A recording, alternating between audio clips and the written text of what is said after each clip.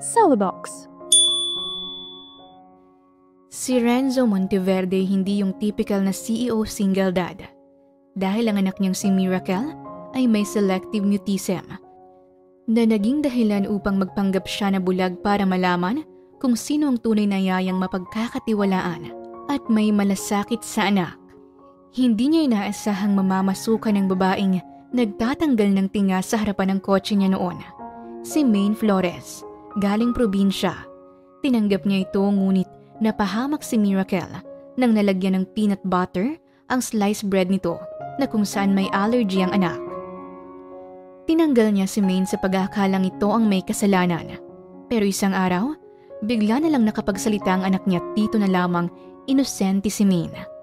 Pumunta siya sa airport sa pag-aakalang uuwi ito sa probinsya.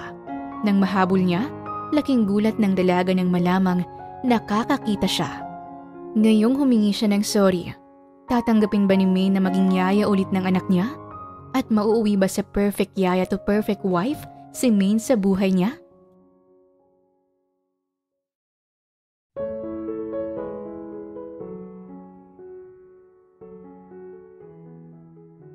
Mang Carding, sa tingin niyo po ba magugustuhan ni Miracle ang binili ko?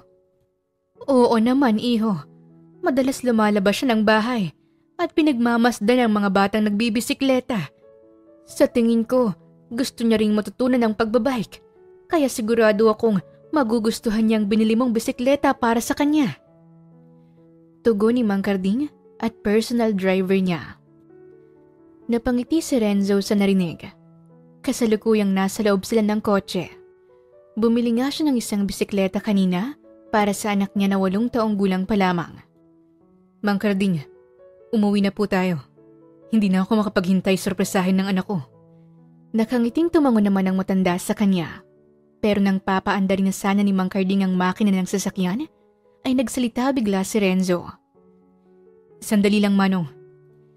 Nasa backseat siya nakaupo at napabaling sa kaliwang side ng bintana nang napansing may isang dalaga ang nananalamin sa kotse niya. Tinted ang salamin at akala yata ng dalaga na walang tao sa loob ng kotse. Napabuga ng tawa si Renzo nang naglagay ng lipstick ang dalaga at nagpouty lips pa ito sa harapan niya. Pagsasabihan ko na lang siya, iho. Sambit ni Mang Carding at lalabas na sana sa driver's seat pero pinigilan niya ito. Hayaan na lang muna natin siya, Mang Carding. Abala naman siya sa pagtatanggal ng tinga sa ngipin niya. Saad ni Renzo na ikinatawa at iling na lamang ng matanda. Ilang segundong nakatitig si Renzo sa dalaga at hindi niya namamalayang nakangiti na pala siya rito. Pansin niyang suot nitong white shirt with black coat at nakapusod pa ang buhok na parang a-attend ito ng job interview dahil may hawak pa itong brown envelope. Bahagyang napatawa si Renzo nang nilawayan pa ng dalaga ang palad nito para maayos ang magulo nitong mga maliliit na hibla ng buhok.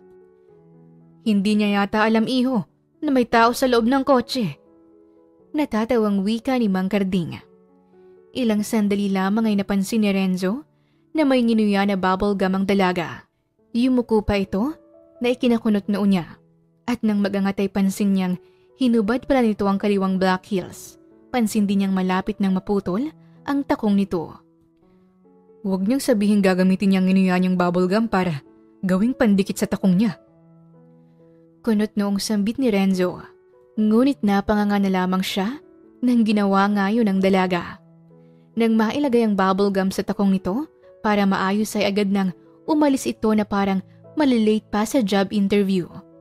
Pero napalabas naman ng kotse si Renzo nang nahulog ang bracelet ng dalaga. Miss, nahulog ang bracelet mo! Sigaw ni Renzo nang pinulot niya ito sa lupa pero nakalayo na ang dalaga. Kaya hindi na siya nito narinig. Napayuko na lamang si Renzo at pinagmasdan ng napulot. Simple lamang ang disenyo nito na may pangalang nakalagay pa. Maine? Takang sambit ni Renzo nang nabasa ang pangalan sa bracelet. Pero sa huli, napangiti at napailing na lamang siya. Si Renzo Monteverde pala ay 35 taong gulang, ang CEO ng Horizon Properties, a real estate business. Kahit stress sa trabaho, ay hindi mo mapapansin sa mukha dahil looking fresh pa rin ito. Gwapo ang itsura, malalim ang mga mata, matangos ang ilong, mapulang labi at tamang-tamang hugis ng panga. Ang katangkaran nito ay umaabot ng 6'2", kaya ang ilang mga tao ay napagkakamalan pa siyang modelo. Maliban sa pagiging hardworking sa sariling negosyo, ay isa rin siyang mapagmahal na ama. Single dad. Ginagawa niyang lahat para sa anak at ang ina naman ng anak niya ay pumanaw na dahil sa sinapit na car accident noon. Kaya simula nang pumanaw ang asawa niya ay halos umikot lang ang mundo niya sa trabaho at pagbubuhos ng pagmamahal sa anak. Hindi na nga naibalik ni Renzo ang bracelet sa may-ari kaya't napagdesisyonan na lamang niyang umuwi na ng bahay. Nang makauwi, agad hinanap niya ang kanyang anak hanggang sa nakarating siya sa dining area. Bumungad sa kanya si Trina, 28 taong gulang, ang yaya ng anak niya. Abala ito ngayon sa paglamon ng pagkain nang nakasaray pang isang paa sa upuan habang ka-video call ang boyfriend nito na parang walang binabantay ang bata. Darling, pagdating ng sahod ko sa katapusan, mag-date naman tayo sa… Trina, nasan si Miracle? Kunot noong tanong ni Renzo nang napansing wala sa dining area ang anak. Nang narinig ng yayang boses niya ay gulat na gulat siyang itsura nito. Napabalikos pa ito sa pagkakaupo. Nabitawan pa nito ang isang hawak na pirasong paa ng manok at mabilis pinatay ang video call nang nanginginig pa ang kamay. Sir, nandito na pala kayo. Akala ko mamayang gabi pa kayo uuwi. Nasaan ang anak ko? Pag-uulit ni Renzo na may diin na rin sa boses. Sir, naglalaro lang po dyan sa… Bago pa natapos ng yayang sasabihin, ay nakarinig na sila ng malakas na pagbagsak sa tubig ng pool. Agad namang napatungo si Renzo sa pool area. Nang makarating siya roon, ay nanlaki na lamang ang mata niya nang makitang nalulunod ang anak niya. Hindi pa nagtatatlong segundo ay tumalo na agad siya sa tubig para iligtas si Miracle. Pati si Mang Carding at ang yaya na si Trina ay gulat sa nangyayari. Nang may ahon ni Renzo ang anak mula sa pagkakalunod ay agad isinagawa niyang CPR. At makalipas lang ng 2 minuto ay nagkaroon na din ito ng malay at napaubo ng tubig. Nakahinga naman ang maluwag si Renzo at napapikit pa ng mariin dahil sa sobrang kaba at pag-aalala. Anak, pinag-alala mo ng sobra si Daddy. Sambit ni Renzo at napansin niya niyang may tinuturo si Miracle na lumulutang na teddy bear sa ibabaw ng tubig. Iho, hindi yata sinasadyang mahulog ni Miracle ang teddy bear niya sa tubig. Nahulan siguro siya ng balanse nang pilit niya itong inaabot hanggang sa nahulog na rin siya. Pagpapaliwanag mismo ni Mang Carding sa gustong sabihin ng bata. Si Miracle ay ang anak ni Renzo, 8 taong gulang. Ngunit may selective mutism ito dahil sa car accident na nangyari. 3 taon nang nakakalipas na naging sanhi ng pagkamatay ng asawa niya. At tanging ang anak lang niya ang nakaligtas pero nagdulot naman ito sa pagiging selective mutism ng bata dahil sa trauma.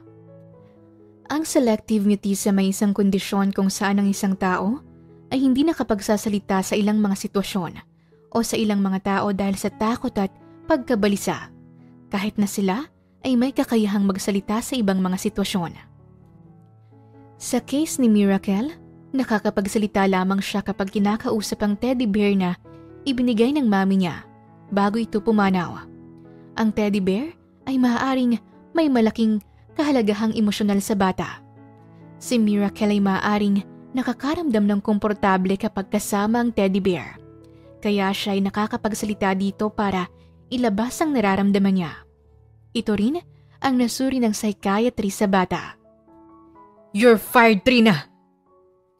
Galit at buong boses na baling ni Renzo sa yaya ng anak niya. Sir, huwag niyo naman pong gawin to sa akin. Unang linggo ko pa lang. Trina, tinanggap kita bilang yaya ng anak ko para alagaan at bantayan siya pero anong ginawa mo? Pagkain ang inatupag mo habang ka-video call ang boyfriend mo kahit oras pa ng trabaho mo. Hindi ka mapagkakatiwalaan at wala kang malasakit sa anak ko. Paano kung hindi ako dumating ngayon at may nangyaring masama pa sa anak ko? Mariin na pagkakasabi ni Renzo. Pagkaalis ng mansyon ni Trina, ay pipili na nga ng mabuti si Renzo na magiging yaya ng anak niya. Anak, iho, anong nangyari sa'yo? Bakit ganyan ang itsura mo? Kailan ka pa naging bulag? Gulantang at natatarantang sambit ni Mrs. Monteverde sa anak habang nakahawak pa sa magkabilang pisngi nito. Si Teresa Monteverde ang ina ni Renzo, 58 taong gulang, negosyante, may-ari ng ilang restaurant. Sa itsura at para ng pananamit pa lang, ay masasabi mo ng sosyalin. Ma, hindi ako bulag. Nagpapanggap lang ako na bulag para makahanap kung sinong tunay na mapagkakatiwalaan at may malasakit na yaya sa anak ko. On leave ako sa trabaho ngayon for 2 weeks para mag-observe kung magagawa ba ng bagong yayang responsibilidad niya nang hindi niya alam na kitang-kita kong bawat kilos niya.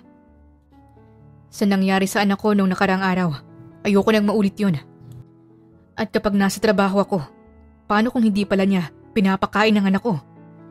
At hindi naman makakapagsumbong ang bata dahil hindi pa siya nakakapagsalita sa atin. May trust issue lang po ako. Mahabang pag-aalala ni Renzo sa kalagayan ng anak na may selective mutism. Napabuntong hininga naman ang kanyang ina dahil sa sinabi niya. Nasa sala sila ngayon habang siya'y nakasuot ng kulay itim na shades at may tungkod na hawak na parang isang bulag. Bahala ka anak, kung yan naman ang trip mo. Pero alam kong ginagawa mo ito para sa kapakanan ni Miracle. Mahinahong sambit ni Mrs. Monteverde nang tinatapik ang balikat ng anak. Kung si Renzo ay abala sa paghahanap ng yaya para sa anak, si May naman ay abala sa paghahanap ng trabaho. I'm sorry to inform you, Miss Flores, but your application didn't meet our standards for the position. Nang narinig yun ni May mula sa HR assistant, ay bagsak balikat siyang lumabas ng kumpanya. Nag-a-apply nga siya ng trabaho kahit entry-level positions lang pero sadyang college graduate ang hinahanap ng employer. Hindi pala tayo pwede sa corporate world. Hindi tayo nakapagtapos ng college eh. Malungkot na sambit ni Maine sa sarili nang makarating siya sa pinakamalapit na park para makapagpahinga sandali. Pero hindi uubra kay Maine ang rejection dahil pinanganak nga siya ng palaging positibo sa buhay. Malulungkot siya ng ilang minuto pero magiging okay na agad siya. Di bale, hindi ko naman ikamamatay ang pag-reject ng HR assistant sa akin kanina. Marami pang pwedeng applyan, kaya tuloy ang buhay. Try and try until you die, este. Try and try until you succeed. Nakangiting pagpapagaan ni Maine sa sarili. Isusubo na rin sana niya ang panghuling siomay na binili niya kanina sa kanto pero nagulat siya nang bigla na lang itong nahulog sa damuhan. Wala pang 3 seconds, okay pa to. Sabay sinubo nga niya ito sa bibig. Ang sarap pala kapag nadumihan ng konti. Nakangiting sambit ni Maine nang nginunguyang nahulog na siomay. Si Maine Flores ay 28 taong gulang. Lumaki sa probinsya at lumuwas ng Maynila para maghanap ng trabaho. Pinili nga muna nito ang huminto sa pag-aaral ng kolehiyo para matulungan ang pamilya dahil hindi sapat ang kinikita ng mga magulang niya at isa pa, may 2 kapatid pa siyang nag-aaral. Pagdating sa pisikal na kaanyuan ay hanggang braso ang haba ng buhok. Bilog ang muka. Hugis half moon ang mga mata. Katamtaman ang tangos ng ilong. Mapulang labi. May ilang mga dark spots sa mukha dahil sa mga tigyawat niya noon pero hindi may tatanggi na may kagandahan din siyang taglay. Kulay morena ang balat at ang height naman niya ay umaabot lamang ng 5'3". Sa mga sumunod na araw ay tinuloy pa rin ni May ng pag-a-apply ng trabaho sa mga hotel at restaurant naman. Ate, may pagkain po ba kayo dyan? Kanina pa po kasi ako nagugutom. Paglapit ng isang kawawang batang pulubing babae, sa kanya nang lumabas siya ng hotel matapos magbasa ng resume. Naawa naman si Maine sa bata kaya't naisipan niyang isama na lang din ito sa karinderya. Tanghali na rin kasi kaya kakain naman din siya. Sumama ka na lang sa akin bata. Ililibre kita sa karinderya. Nakangiting sambit ni Maine sa bata. Nilibre nga ni Maine ang batang pulubi sa karinderya. Mura lang naman ang mga pagkain kaya hindi mabigat sa bulsa. Masayang-masaya ang bata habang kumakain, kaya hindi na iwasang mapangiti ni Maine. Maraming salamat po dahil nilibre niyo po ako ng pagkain. Nabusog po ako ng sobra. Masayang wika ng bata nang natapos silang kumain. Walang anuman, Joy. Masaya ako na nabusog ka rin. Tugon ni Maine sa bata. Masayang nagpaalam naman ng bata sa kanya at paalis na rin sana siya sa pwesto nang biglang lumapit ang mami ni Renzo sa kanya. Nakita nga nito ang kabutihang nagawa niya sa bata. Iha, ang bait mo naman. Matulungin at may malasakit sa bata. Napabaling naman si Maine sa ginang. Naawa lang po ako sa bata. Napapakamot sa ulong sagot ni Maine. Taga rito ka lang ba, Iha? Hindi po. Taga-probinsya po ako. Lumuwas po ako ng Maynila para maghanap ng trabaho rito. Naging interesado naman ang mukha ng ginang dahil sa sinabi niya. Naghahanap ka ng trabaho. Baka gusto mong pumasok bilang yaya ng apo ko. Nakangiting pag-aalok ng ginang sa kanya. Lumiwanag ang mukha ni Maine sa narinig. Sinabi nga niya sa sarili noon na kapag nakarating siya sa Maynila, ay papasukin niyang kahit anong klaseng trabaho, basta hindi ilegal. Nako ma'am, magaling po ako sa pag-aalaga ng bata, baka po ako na po yung hinahanap niyong perfect yaya para sa apo niyo. Masayang sad ni Maine sa ginang. Kinabukasan, pinuntahan nga agad ni Maine ang address na ibinigay ng ginang sa kanya. Wow! Akala ko normal lang na bahay ang pupuntahan ko, pero isang mansyon pala. Manghang sambit ni Maine nang makababa siya sa taxi. Sigurado akong malaking pasweldo nito sa mga empleyado nila. Magdo-doorbell na sana siya sa malaking gate pero nabigla lamang siya nang bumukas ito. Bumungad sa kanyang isang babae na umiiyak habang dalang isang malaking bag. Miss, ayos ka lang? Pag-aalala niya rito. Kasalanan ko. Dapat hindi ko yung ginawa eh. Akala ko hindi siya. Hindi natapos ng babae ang pagsasalita nang bumuhos ang mga luha nito at agad nang umalis sa harapan niya. Anong nangyari sa babaeng yun? Kunot noong sambit ni Maine at tuluyang pumasok na sa loob. Pagkapasok niya napanganga na lamang siya sa sobrang ganda. Malawak ang espasyo at may malaking fountain. Classic yet modern ang pagkakadisenyo sa labas ng mansyon at paniguradong mas maganda pa kapag nasa loob ka na talaga. Maglalakad na sana siya sa hallway nang may napansin siyang isang lalaki na mabilis ang paglalakad sa unahan. Nakatalikod ito sa kanya kaya hindi niya nakita ang itsura. Teka, baka maapakan niyang sisiw sa pagmamadali niya. Natatarantang sambit ni Maine nang may napansin siyang isang sisiw na nagpapahinga sa gitna ng hallway. Bago pa maapakan ng lalaki ang sisiw, ay tumakbo na si Maine para lapitan ito. Maapakan niyong sisiw! Nang tuluyang nahabol niyang lalaki, ay agad niya itong tinulak sa kabilang side ng buong puwersa. Nakahinga naman ang maluwag si Maine nang makitang ligtas ang sisiw, pero hindi niya napansin ang pagkatumba ng lalaki sa semento. Iho, ayos ka lang! Gulat na paglapit ni Mang Carding kay Renzo. Nang napabaling na rin si Maine sa lalaki, ay nagulat nga siya nang napansing napatumba ito sa semento sa naging pagtulak niya. Nako, pasensya na. Nag-alala lang ako na baka maapakan ng sisiw sa bilis ng paglalakad mo kanina. Paghihingi ng paumanhin niya. Tinulungan ni Mang Carding si Renzo na makatayo ng maayos. Bakas nga ang pagka-bad trip sa mukha nito kahit nakasuot ng kulay itim na shades. Pero nang magkaharap sila ng dalaga, ay nagulat lamang siya nang mamukhaan niya ito.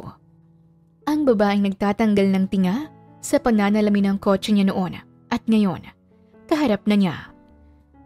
Miss, hindi ko inaasahan. Napansin ni May ng pagkatigil sa pagsasalita ng lalaki nang bumulong ang matanda rito. Dahil sa ibinulong, napaayos tuloy nito ang suot na shades at napatikim bago nagsalita. Miss, sino ka? Anong ginagawa mo rito sa mansyon ko?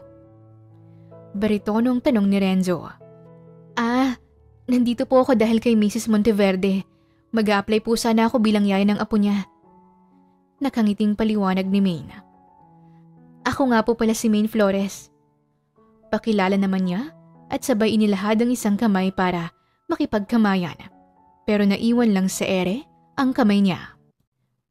Pasensya na, iha. Hindi siya nakakakita. Bulag kasi siya. Singit ni Mang Karding. Kumunot ang noo ni Maine sa narinig at tiningnan mula ulo hanggang paa si Renzo. We, bulag siya? Bakit parang hindi naman siya bulag kung makapaglakad ng mabilis kanina? Parang walang saysay din ang hawak niyang tungkod kanina. Pagtatangkang sambit ng isip ni Maine. Nag-a-apply ka ba bilang yaya ng anak ko? Nang narinig ni Maine ang tanong ng lalaki, ay nanlaki lamang ang mga mata niya. Ang lalaking tinulak niya pala ang magiging amo niya. Magsasalita na sana siya para humingi ulit ng tawad pero bigla na lang sumulpot si Miracle sa pwesto nila at marahang kinargang sisiw sa braso. Alaga pala ito ng bata. Hi! Pagbati at pagkaway ni Maine sa bata. Tiningnan lang siya nito ng ilang segundo bago napasign language sa kanya ng simpleng hello. Ako nga pala si Maine. Pwede mo kong tawaging Ate Maine. Nakangiting pagpapakilala ni Maine sa bata habang nagsa-sign language. Ngumiti naman ang bata sa kanya bago ito patakbong bumalik sa loob ng mansyon. Nalaman nga ni Maine mula kay Mrs. Monteverde na may selective mutism ang apo nito. Ah, iha, marunong ka palang mag-sign language. Sambit ni Mang Karding. Samantalang si Renzo naman ay humanga sa dalaga. Ah, opo manong, may kaibigan po kasi ako sa probinsya na may mutism at marunong mag-sign language kaya dun ko po natutunan sa kanya. You're hired. Walang paligoy-ligoy na sad ni Renzo sa kanya. Nagulat naman si Maine sa narinig. Anong sinabi niyo, sir? Hired na po ako? Hindi niyo po ba ako i-interviewin muna? Like, tell me about yourself. What are your weaknesses and strength? Why should I hire you? Ganon. Napabuga naman ng tawa si Renzo sa mga sinabi niya. Bakit, Miss Flores? Ayaw mo bang tanggap ka agad? Nataranta at napailing si Maine. Hindi po, sir. Masayang-masaya nga po ako dahil na-hired niyo agad ako. Mabilis na agap niya. Good. You can start tomorrow. Sa ngayon, pag-uusapan muna natin ang mga magiging responsibilidad mo sa pag-aalaga sa anak ko. Napatango si Maine pero biglang sumagi sa isip niya ang babaeng umiiyak kanina palabas ng mansyon. Ano nga po palang nangyari sa babae kanina? Naabutan ko po siyang umiiyak palabas ng mansyon. Kuryosong tanong niya. I fired her. Balak niyang nakawin ang kwintas ng anak ko habang natutulog ito. Kaya kung ayaw mong matulad sa kanya, huwag kang gagawa ng bagay na ikakagalit ko. Follow me, Miss Flores. Maotoridad na sinabi ni Renzo bago ito unang pumasok sa loob ng mansyon. Bahagyang nagulat naman si Maine sa narinig. Hindi naman niya gagawin yon dahil pinanganak siyang mabuting tao. Pero may isang bagay siyang hindi naintindihan kaya't napabaling siya kay Mang Karding. Manong, bulag siya hindi ba? Bakit niya nalaman na nanakawin ang kwintas ng anak niya? Naalerto naman ang matanda sa naging tanong niya. Ako ang nakakita sa ginawa ni Odessa at sinabi ko kagad kay Renzo, kaya nalaman niya. Napakamot pa sa ulo si Mang Karding kahit walang buhok ang ulo nito.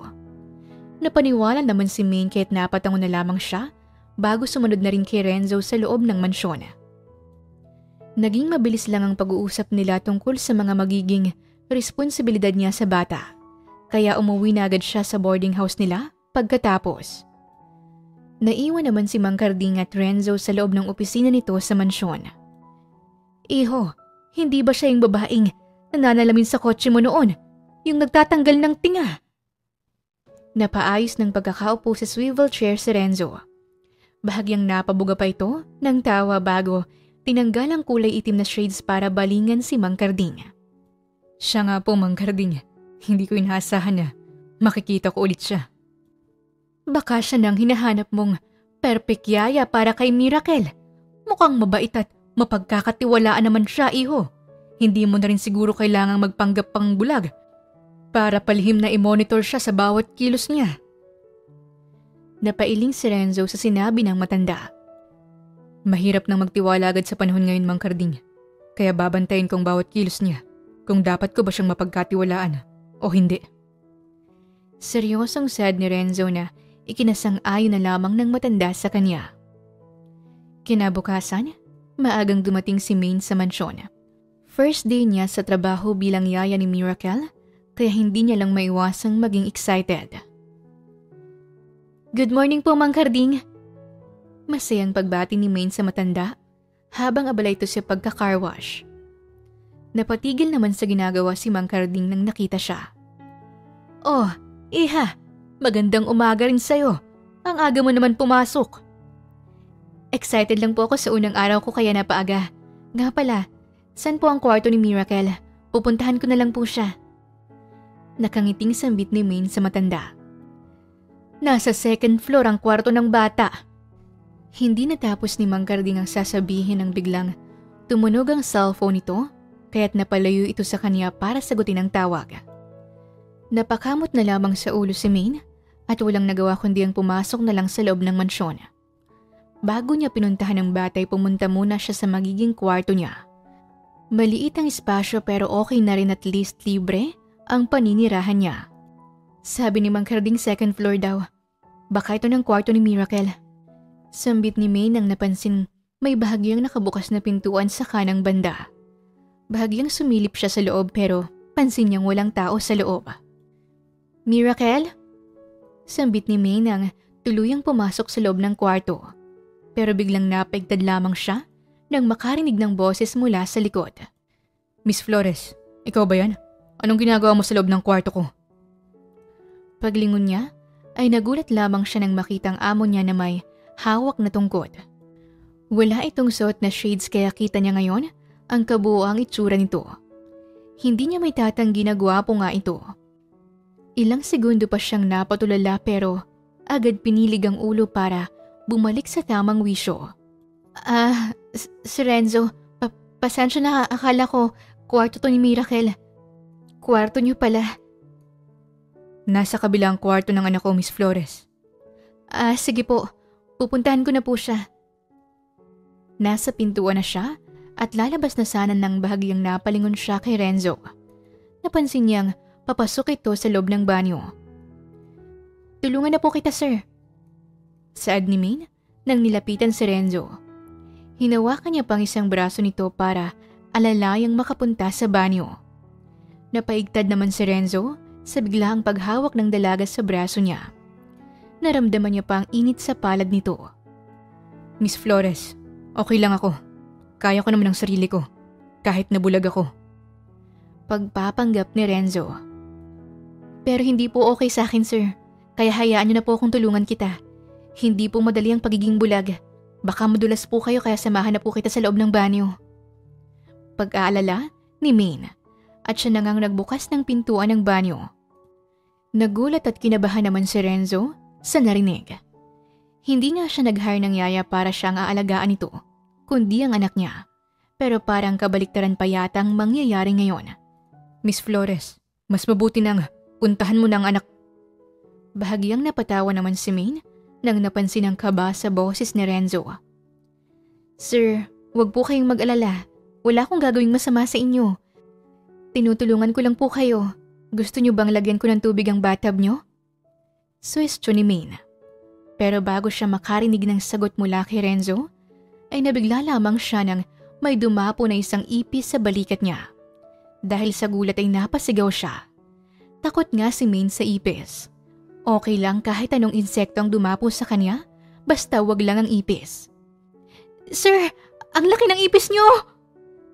Natatarantang sigaw niya. Dahil sa pagkataranta ni Maine ay hindi niya sinadyang masagi ang pag-turn on ng shower mula sa likod niya. Kaya ang ending, nabasa silang dalawa ni Renzo.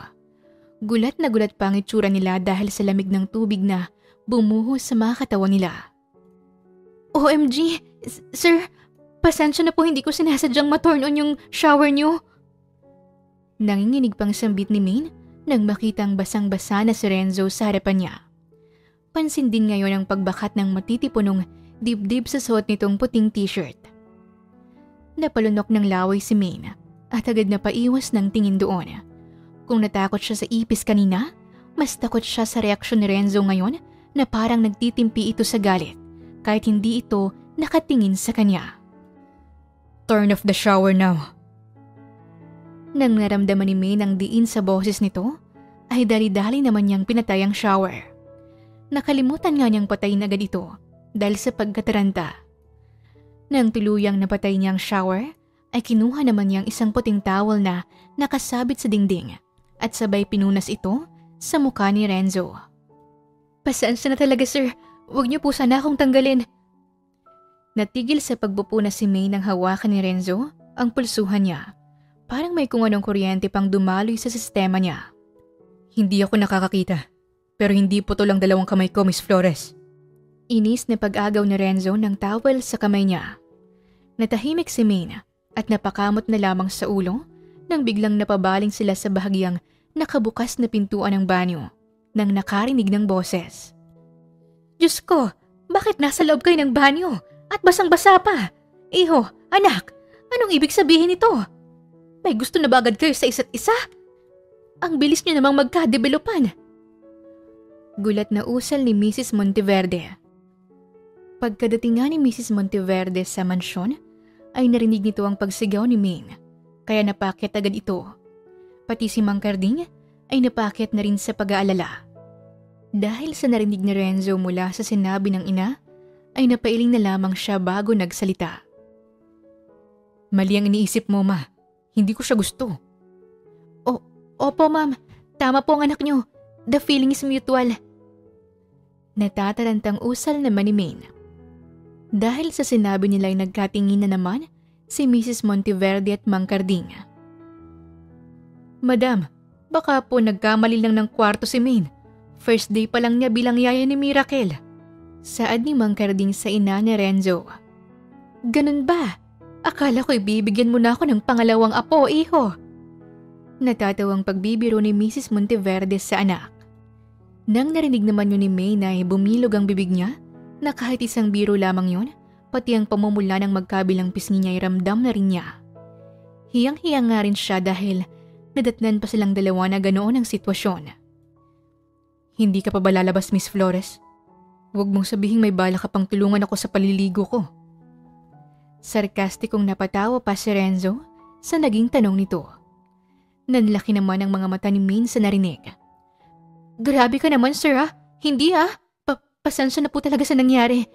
Maliligo na po muna ako sa room ko bago ko puntahan si Miracle. Humingi nga rin si Maine ng sorry kay Mrs. Monteverde at Mang Carding bago tuluyang lumabas ng kwarto ni Renzo. Nakakahiya ka talaga, Maine. Unang araw mo pa lang sa trabaho pero inuna mo na agad ang kabubuhan mo. Pagsesermon ni Maine sa sarili, nang nasa loob na rin siya ng maliit na kwarto niya. Napasabunot pa siya sa basang buhok dahil sa kahihiyan. Ilang sandali lamang ay nakaligo na rin siya at nagsuot pa ng nanny uniform. Dumiretso na agad siya sa tamang kwarto ni Miracle. Kumatok muna siya ng 3 beses bago marahang binuksan ang pinto. Sprinkle, sa tingin mo ba kung hindi ko niyaya si Mommy na mamasyal kami noon, hindi mangyayari ang aksidente? Sambit ng bata sa kaharap na teddy bear. Hindi naman naiwasan ni May nang makaramdam ng lungkot habang pinagmamasdan ng bata na nakahiga sa kama habang kaharap nito ang isang teddy bear. Hindi yata napansin nito ang pagpasok niya. Siguro, buhay pa sana si Mommy ngayon at kasama pa namin siya ni Daddy. Nang napansin ni May ng pagtulo ng mga luha ng bata, ay hindi siya nagatubiling lapitan nito. Agad siyang sumampa sa kama para marahang yakapin ang bata. Miracle, hindi ko man alam ang buong kwento pero sana huwag mong sisihin ang sarili mo sa nangyari. Malulungkot tuloy ang mami mo kapag nalaman niya sa heaven na umiiyak ka. Pagpapakalma niya sa bata habang hinahaplos ang braso nito. Gusto mo bang mag-drawing tayo? Dahil sa naging tanong niya, ay natigil sa pag-iyak ang bata. Dahan-dahan itong humarap sa kanya at marahang tumango. Nalaman nga ni Maine mula kay Renzo kahapon na mahilig mag-drawing si Miracle. Let's go, pero maliligo ka muna at kakain, okay? Tumango naman ulit ang bata sa kanya. Iniwan nga muna niya ito para makaligo habang nagluluto siya ng pagkain sa kusina. Nang natapos siya sa pagluluto ay nagsalo-salo na rin silang lahat sa pagkainan. Wow! Ang sarap mo namang magluto, iha! Imbis na para kay Miracle lang ang lulutuin mo ay nagluto ka na rin para sa lahat. Parang nag-hard na rin tuloy ng personal chef ang anak ko. Natatawang sambit ni Mrs. Monteverde nang natikman ang nilutong nilagang baboy niya. Natuto lang po ako sa pagluluto dahil sa nanay ko. Nakangiting tugon ni Maine. Oh, ba't nakatayo ka pa riyan, iha? Samahan mo na kami ritong kumain. Paanyaya pa sa kanya ng ina ni Renzo.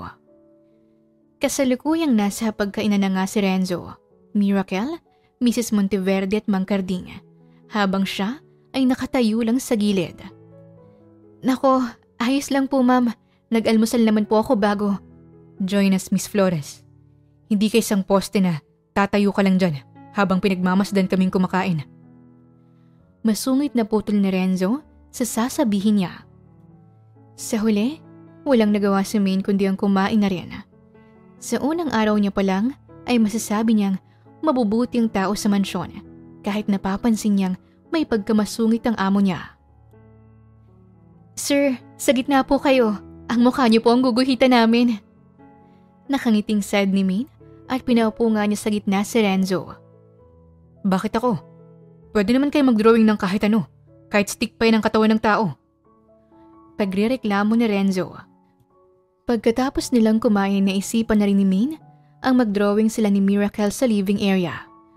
Para masaya, sinama na rin nila si Mrs. Monteverde at Mang Carding. Naisipan pa ni Maine na gawing modelo si Renzo, kaya mukha nito ang guguhitan nila. Nako, sayang naman sir ang kagwapuhan niyo kung hindi ang mukha niyo ang guguhitan namin, hindi ba? Nakangiti nga po ngayon si Miracle at mukhang excited na ikaw ang guguhitan namin. Nakangiting dagdag pa ni Maine. Napansin nga ni Renzo ang ngiti sa labi ng anak, kaya't napapayag siya nito. Hindi niya pa maiwasang maging masaya sa kaloob-looban. Nag-enjoy naman ang lahat sa pagdodrawing hanggang sa natapos din sila. Si Renzo naman kanina pa nangangawit ang katawan, pero tiniis na lamang para sa anak. Iha, parang hindi naman ganyan ang itsura ng anak ko. Ang laki ng mga mata. Ginawa mo naman siyang tarsier. Natatawa at napapailing na saad ni Mrs. Monteverde nang sinilip ang drawing ni Maine. Ganun po ba, ma'am? Nasobrahan lang po yata sa laki ng bilog kaya't nagmukhang tertiary ang mga mata ni Sir Renzo. Pero gwapo pa rin naman po sa drawing kong anak nyo. Proud pang sinabi ni Maine sa guhit niya. Iha, hindi bungi si Sir Renzo. Kumpleto ang ngipin niya.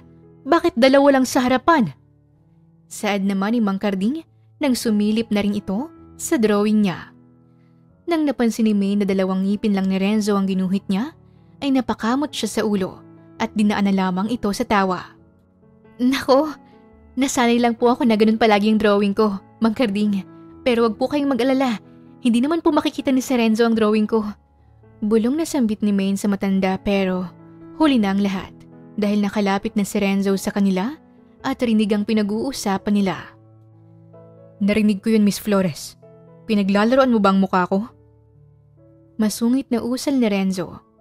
Nakasuot siya ngayon ng shades kaya hindi pansin ni May nakitang-kita niya ang ginuhit nito sa mukha niya na parang tarsier na may lahing kuneho dahil sa dalawang malalaking ngipin sa harapan. Hindi po sir. Ang ganda nga po ng pagguhit ko sa mukha niyo eh. Proud na sinabi ni Maine na ikinasalubong lamang ng dalawang kilay ni Renzo. Ayusin mo yan, Miss Flores. Hindi malaki ang mga mata ko at kumpleto ang ngipin ko. Bad trip na usal ni Renzo. Magtatalo pa yata ang dalawa pero bago pa mangyari yon ay bigla na lang nagsalita si Mrs. Monteverde. Iho, ang cute mo nga sa drawing ni Maine. Huwag ka nang magtampo. Para ka namang bata dyan. Natatawang sambit ni Mrs. Monteverde. Carding, tara na. May pupuntahan nga pala tayo ngayon. Baling naman ito kay Mang Carding at sabay nang lumabas ng mansyon. Nang sila na lang ang naiwan sa living area, ay magsasalita na sana si May nang biglang lumapit si Miracle sa kanya at sabay ibinigay ang ginuhit nito. Miracle, tapos ka na ba? Hindi natapos ni Min ang sasabihin nang biglang napaakyat ang bata sa hagdan para pumunta sa kwarto nito. Napayuko na lamang si Min at napatingin sa ginuhit ni Miracle. Nahiya yata ang bata na ibigay sa ama ang drawing, kaya ibinigay na lamang ito sa kanya. Wow, sir! Ang galing palang mag-drawing ng anak nyo. Mas gwapo ka rito sa drawing niya. Kumpleto rin ang ngipin nyo rito. Manghang saad ni Min. Pero napansin niyang may sinulat pa ang bata sa ibaba ng drawing nito. May sinulat din po pala si Miracle sa ibaba.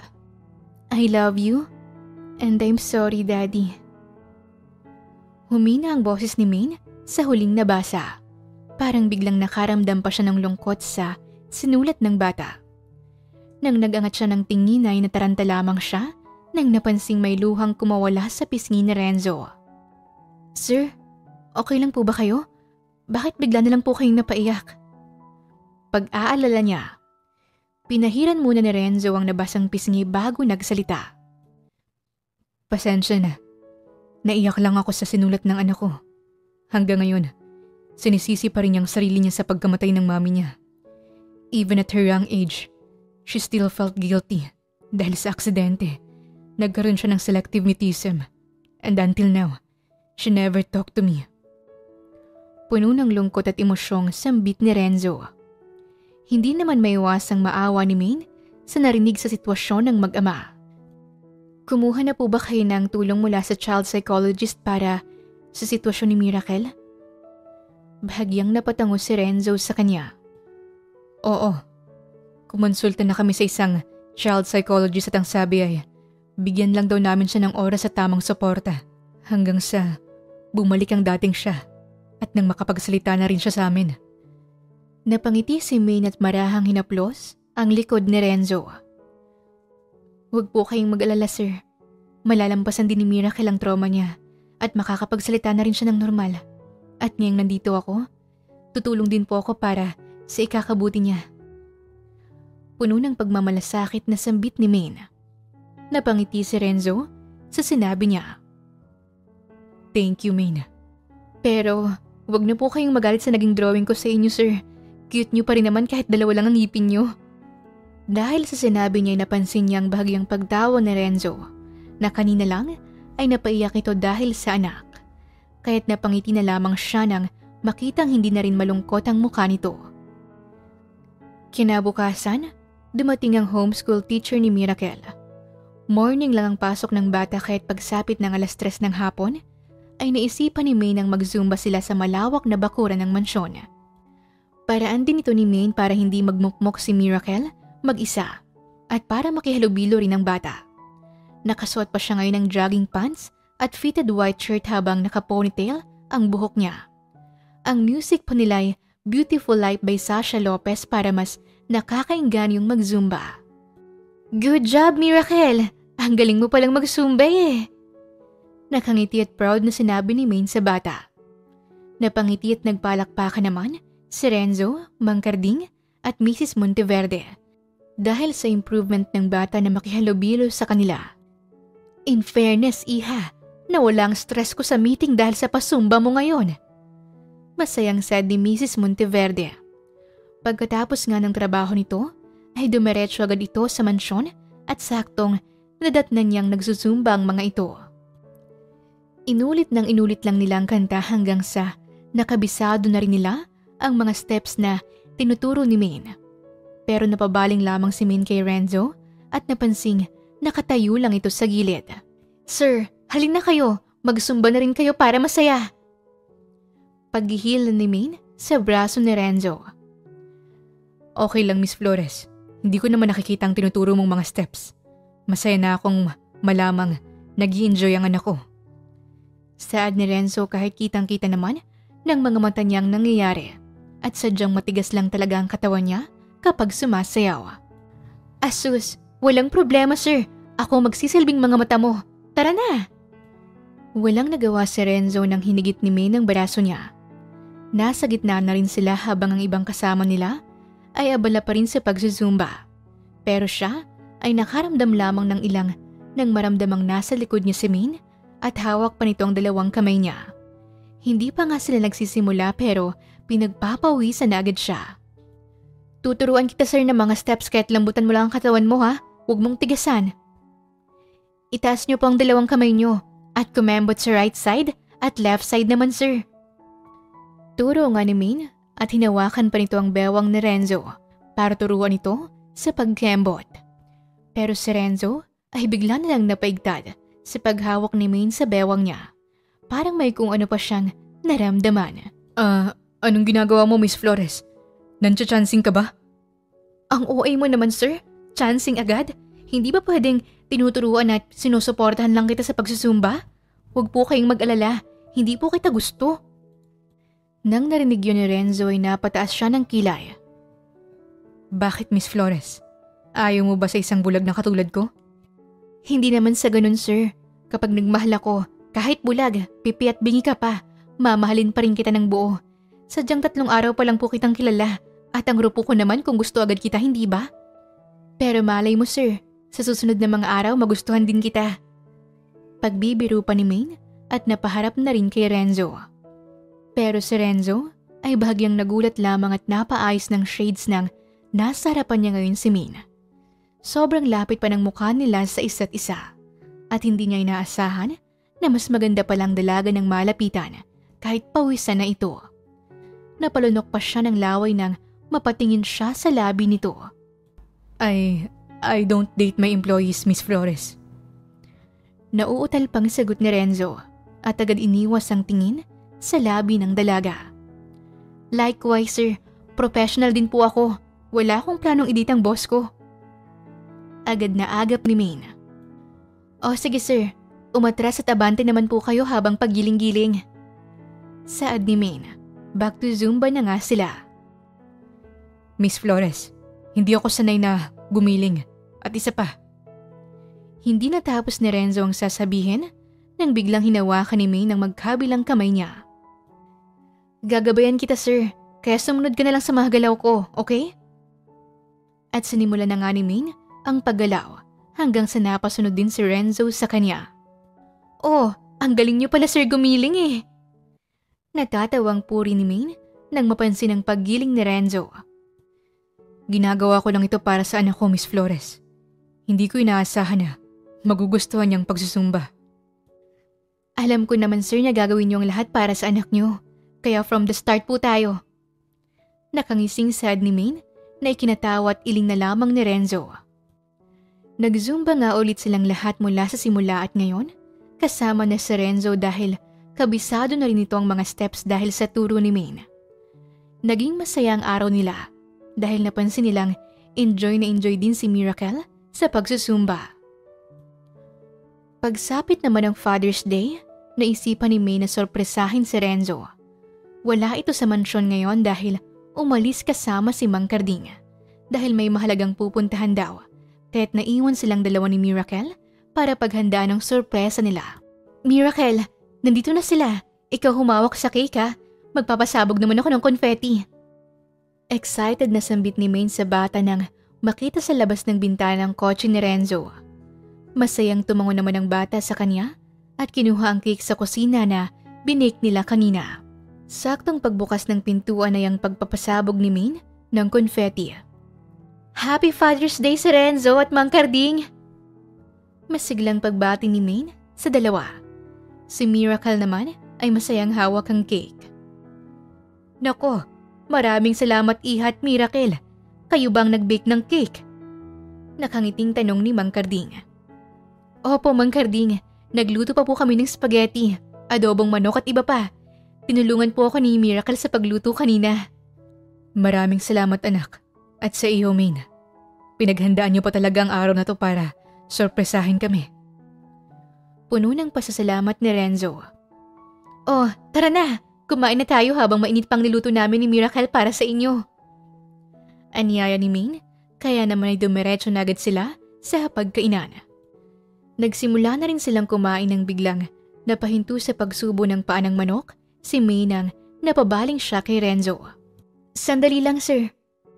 Sambit niya, kaya napatigil sa pagsubo ng spaghetti si Renzo.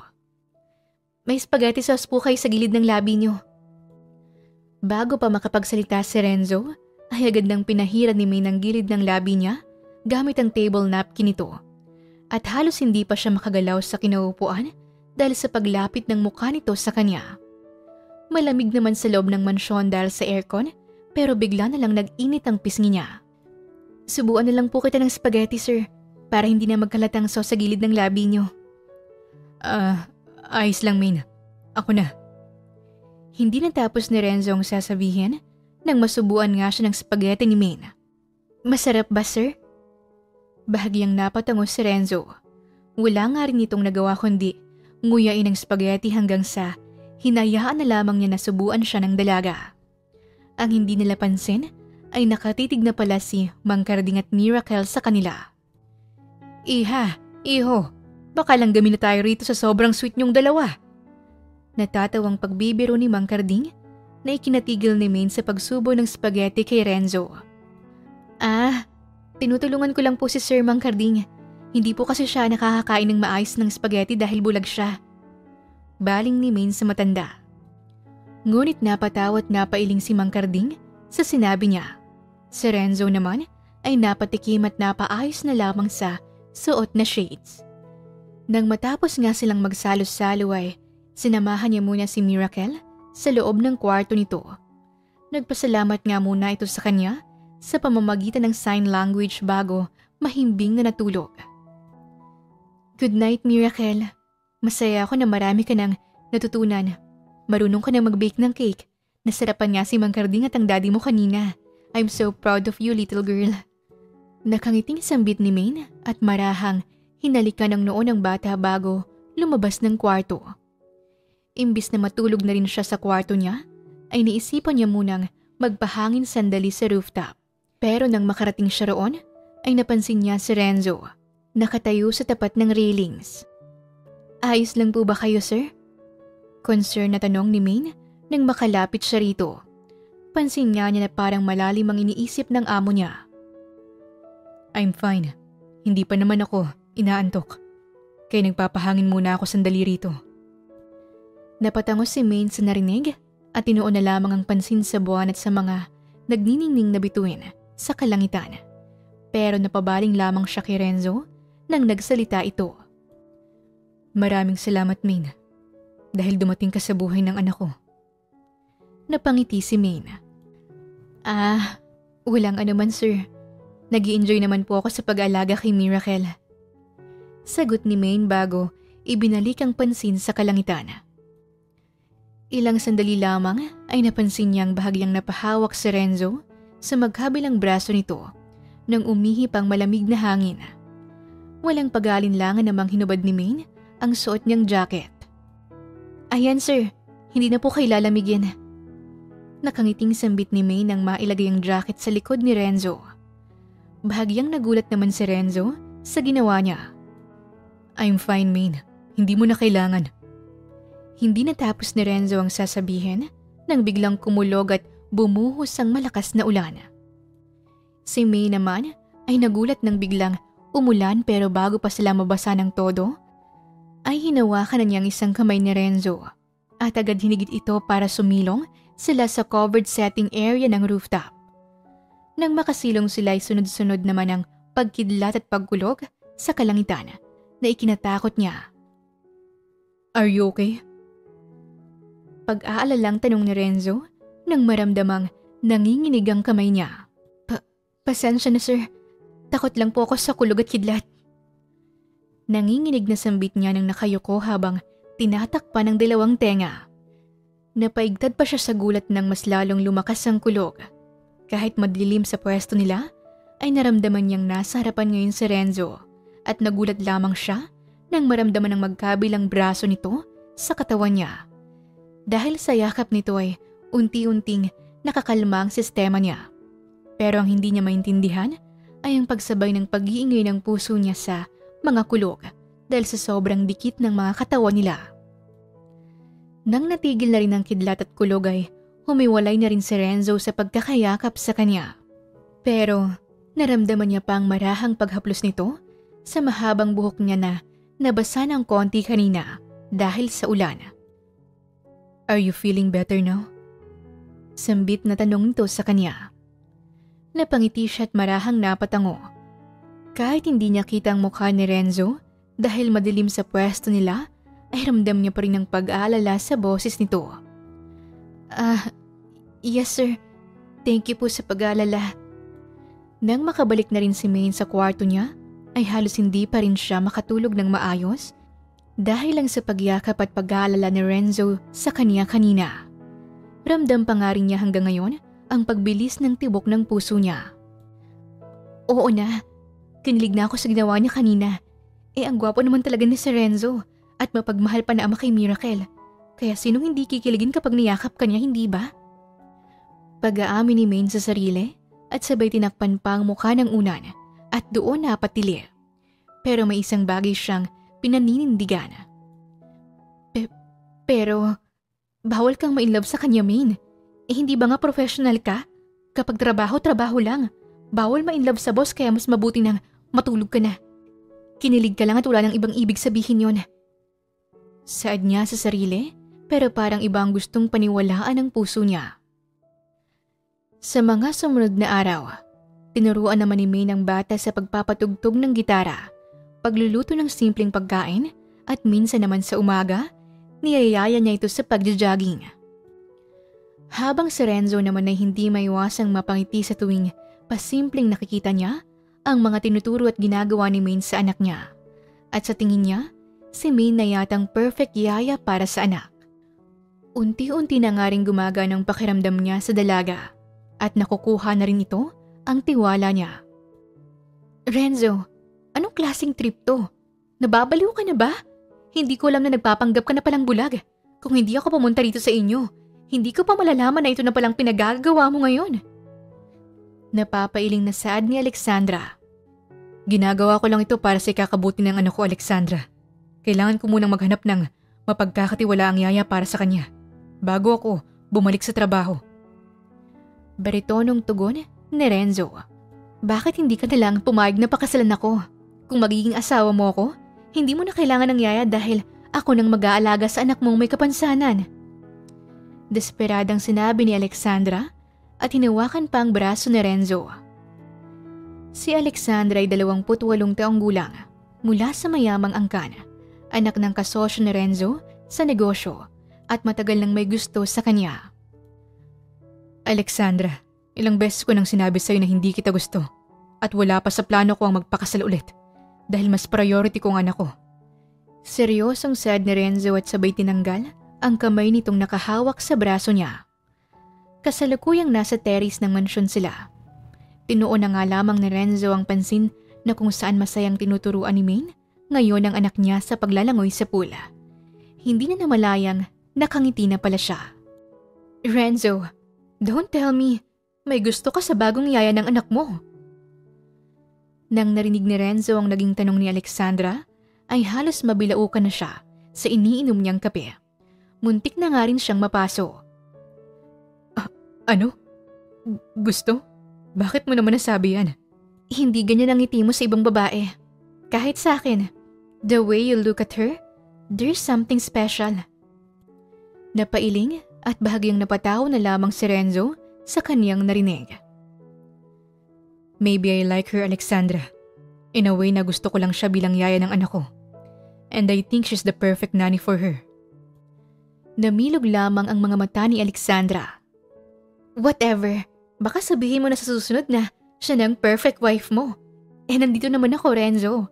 Maghahanap ka pa ba ng iba? Hindi pinansin ni Renzo ang sinabi ni Alexandra, bagkus ay ibinalik niya ulit ang pansin kay Maine at ang anak niya sa pool bago sumimsim sa kape. Hindi niya may tatanggi na simula nang dumating si Maine sa mansyon ay nagkaroon ng improvement ang anak niya. Hindi na ito nagmumukmok sa loob ng kwarto at napapansin na rin niya ang palaging pagngiti nito. Kaya malaki ang pasasalamat niya sa dalaga. Pero ang hindi niya maintindihan ay kung bakit nagpapanggap pa rin siyang bulag.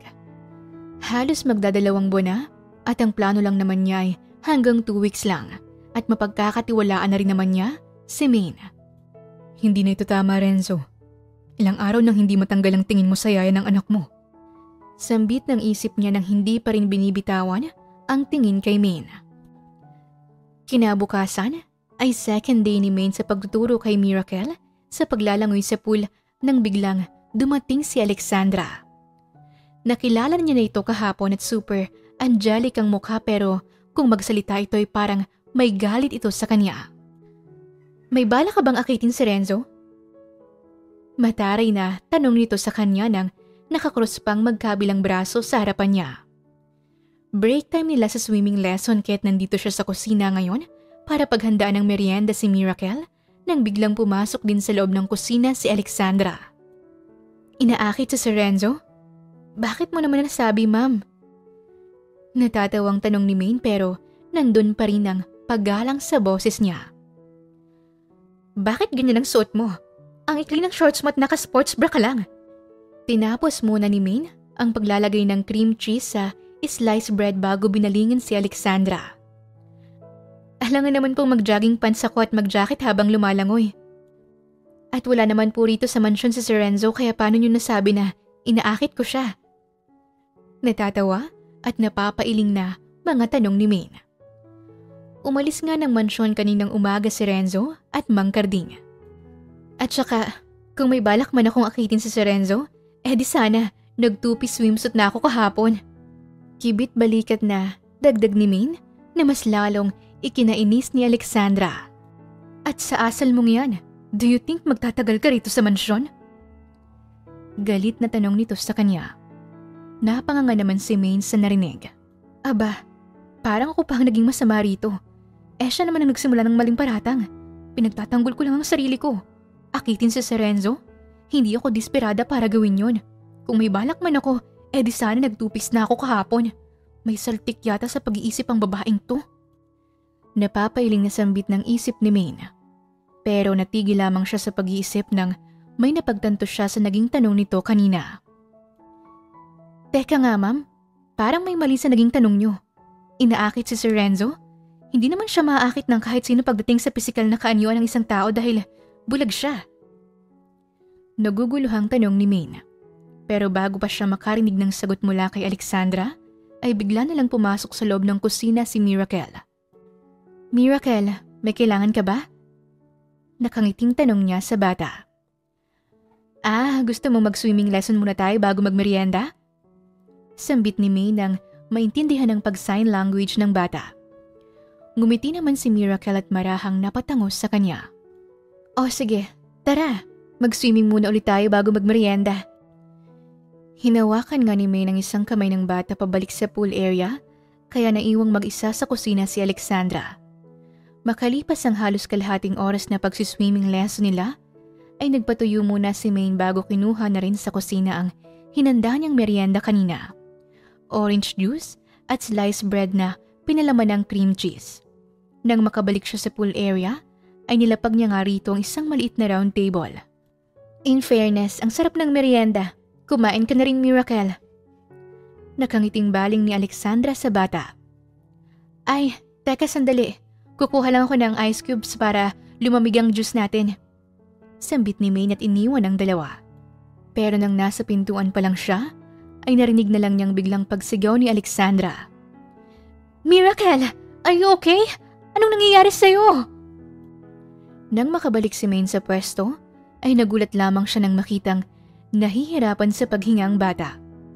Lalapitan niya sana ito nang biglang hinawakan ni Alexandra ang braso niya. Ano pang ginagawa mo? Tumawag ka na ng ambulansya! Kailangan nating dalhin ang bata sa ospital! Dahil sa pagkataranta, ay agad sununod niya ang sinabi nito. Tumawag siya ng ambulansya at ilang minuto lamang ang lumipas ay dumating agad ito.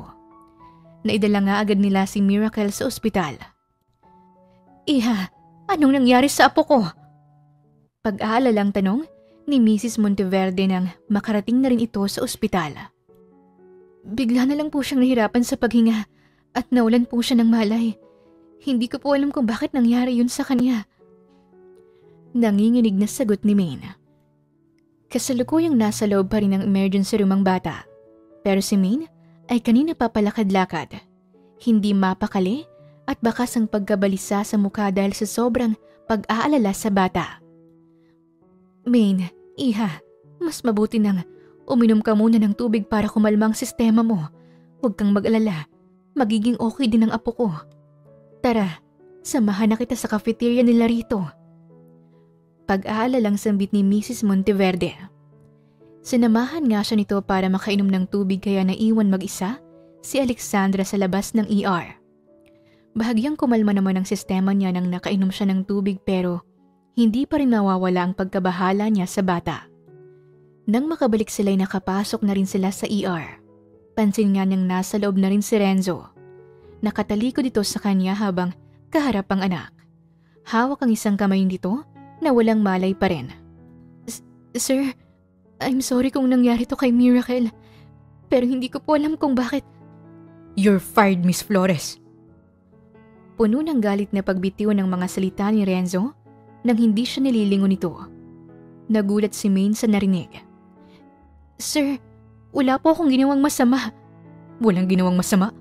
Sa una pa lang sinabihan na kitang may allergy ang anak ko sa peanut butter. Pero anong ginawa mo? Nilagay mo sa slice bread niya.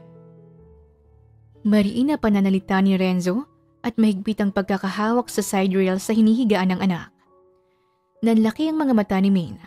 Naalala niyang cream cheese ang nilagay niyang palaman sa slice bread kanina at hindi peanut butter. Sir, nagkakamali. Huwag ka nang magsinungaling. Natikman ko rin na peanut butter ang nilagay mo. Baling ni Alexandra sa kanya. Kumunot at napailing si Maine. Lalapitan niya na sana si Renzo para magpaliwanag pero bigla na lang hinigit ni Alexandra ang braso niya palabas ng ER.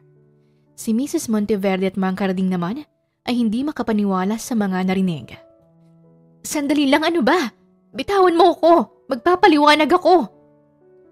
Inis na usal ni Maine. Binitawan lang siya ni Alexandra nang malapit na rin sila sa entrance ng ospital. Bakit hindi ka na lang umuwi ng mansyon para mag-impake ng mga gamit mo? Tinanggal ka na hindi ba sa trabaho? Natahimik si Maine sa narinig at ilang sandali lamang ay napabuga siya ng tawa at naipalandas ang isang kamay sa mahabang buhok ng may napagtanto. Alexandra, bakit mo nagawa sa bata? Aba, pinagbibintangan mo ba ako ngayon? Mataray na tanong nito sa kanya. Alexandra, tayo-tayo lang ang tatlong nandun sa mansyon kanina. At ikaw lang naiwan sa kusina nung bumalik kami sa pool ni Miracle, kaya umamin ka na. Napataas ng kilay si Alexandra at ngumisipa ito ng malademonyo sa kanya. Fine, para si kakatahimik mo. Yes, ako nga. Pero ang tanong, may ebidensya ka ba na magpapatunay na ako ang may sala? Wala, kaya kahit anong pilit mo, walang maniniwala sa'yo. Dahil sa narinig ni Maine, ay kumulo na lang bigla ang dugo niya. Hindi niya inaasahang magagawa ni Alexandra sa bata. Kanina pa siya nagtitimpi sa galit pero ngayon, hindi na niya yata mapipigilan. Pasensya na pero kailangan ko tong gawin sa'yo. Seryosong sad ni Maine at bago pa makapagsalita si Alexandra, ay isang malutong na sampal ang ginawad niya sa kaliwang pisngi nito. Gulat na gulat ang itsura ni Alexandra sa ginawa niya at napahawak pa ito sa pisngi na halos magmarka ang pamumula nito.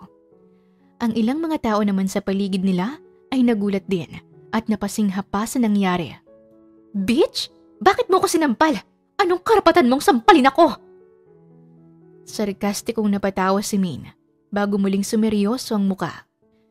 Mabait siya sa mabait pero matakot ka na lang kapag ginalit mo ang nag-iisang Maine Flores.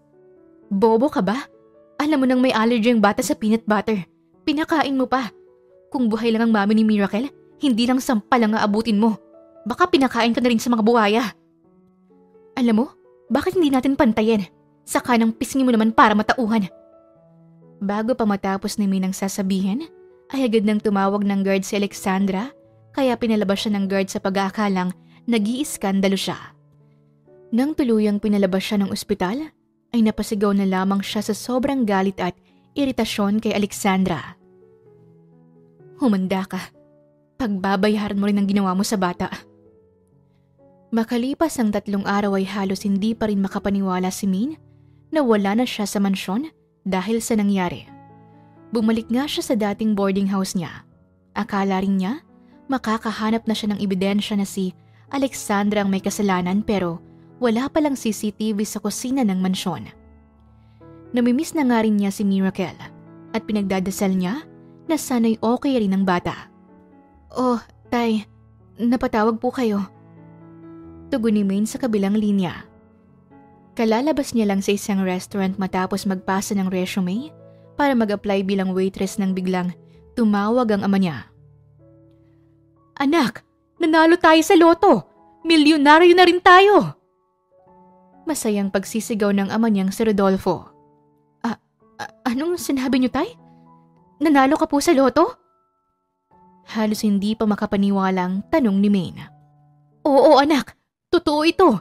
Ang swerte natin. Kaya next week, pupuntahan ka namin dyan sa Manila dahil namimiss ka na rin namin at para makapagbakasyon na rin tayo dyan. Kaya naman masayang-masaya nga si Maine sa naging balita ng kanyang ama na nanalo ito sa loto. Akala niya wala nang magandang mangyayari sa buhay niya pero meron pala. Nang dumating ang araw para sunduin ni Maine ang pamilya niya sa airport ay nag-impake na rin siya ng mga damit sa tinitirhan niyang boarding house dahil may plano nga ang pamilya niya na magbakasyon sa Manila. Kaya baka mag-stay in sila ng ilang araw sa isang beach resort. Iha, saan palang punta mo ngayon? Tanong ni Aling Beth sa kanya, ang landlady ng boarding house nang napansing may dala siyang maleta. Malitang bag niya kaya maleta na lang ang ginamit niya. Sa airport po Aling Beth. Mawawala lang po ako ng ilang araw. Ganun ba, Iha? Nga pala, may pumuntang gwapong lalaki rito kahapon at hinahanap ka. Parang miss na miss ka na. May dala pang ang isang bouquet of flowers. Baka boyfriend mo yun, Iha. Nagkaroon ba kayo ng tampuhan? Kaya todo suyo siya ngayon sa'yo. Kumunot ang noo ni Maine sa narinig. Maagang umalis nga siya kahapon para maghanap ng bagong trabaho. Boyfriend? Wala po akong boyfriend, Aling Beth. Baka namali lang po siya ng manapuntahang boarding house at baka kapangalan ko lang ang girlfriend niya. Saad ni Maine. Nang matapos ang pag-uusap nila ni Aling Beth ay umalis na rin siya. Halos umabot pa ng 1 oras bago siya nakarating sa airport. Pagpasok niya sa loob ay pansin niya agad ang maraming tao. Hindi na nga siya makapaghintay na makita ulit ang pamilya niya. Kaya patungo na sana siya sa arrival area nang biglang napatigil siya sa paghakbang nang marinig ang pangalan niya sa boarding announcement at kumunot pa ang noo niya nang maging pamilyar sa kaniyang boses nang nagsasalita. Maine Flores, kung naririnig mo ako ngayon, hindi ka pa pwedeng umalis. We need to talk. Just stay there. Pupuntahan kita. Desperadong sinabi ni Renzo sa boarding announcement, kaya rinig lahat ng tao sa airport ang sinabi nito. Nang narinig naman yun ni Maine, ay halos hindi siya makagalaw sa kinatatayuan dahil sa gulat. Napangangapa nga siya ng wala sa oras. Ang ilang mga tao naman ay nagbubulong-bulungan pa. Bakit nandito si Renzo sa airport? Anong kailangan niya sa akin? Tinanggal na niya ako sa trabaho, hindi ba? Gulong-gulong sambit ni Maine. Pero hindi niya may tatanggi na sobra nga siyang nasaktan na naniwala agad si Renzo sa kasinungalingan ni Alexandra, imbis na pakinggan nito ang paliwanag niya.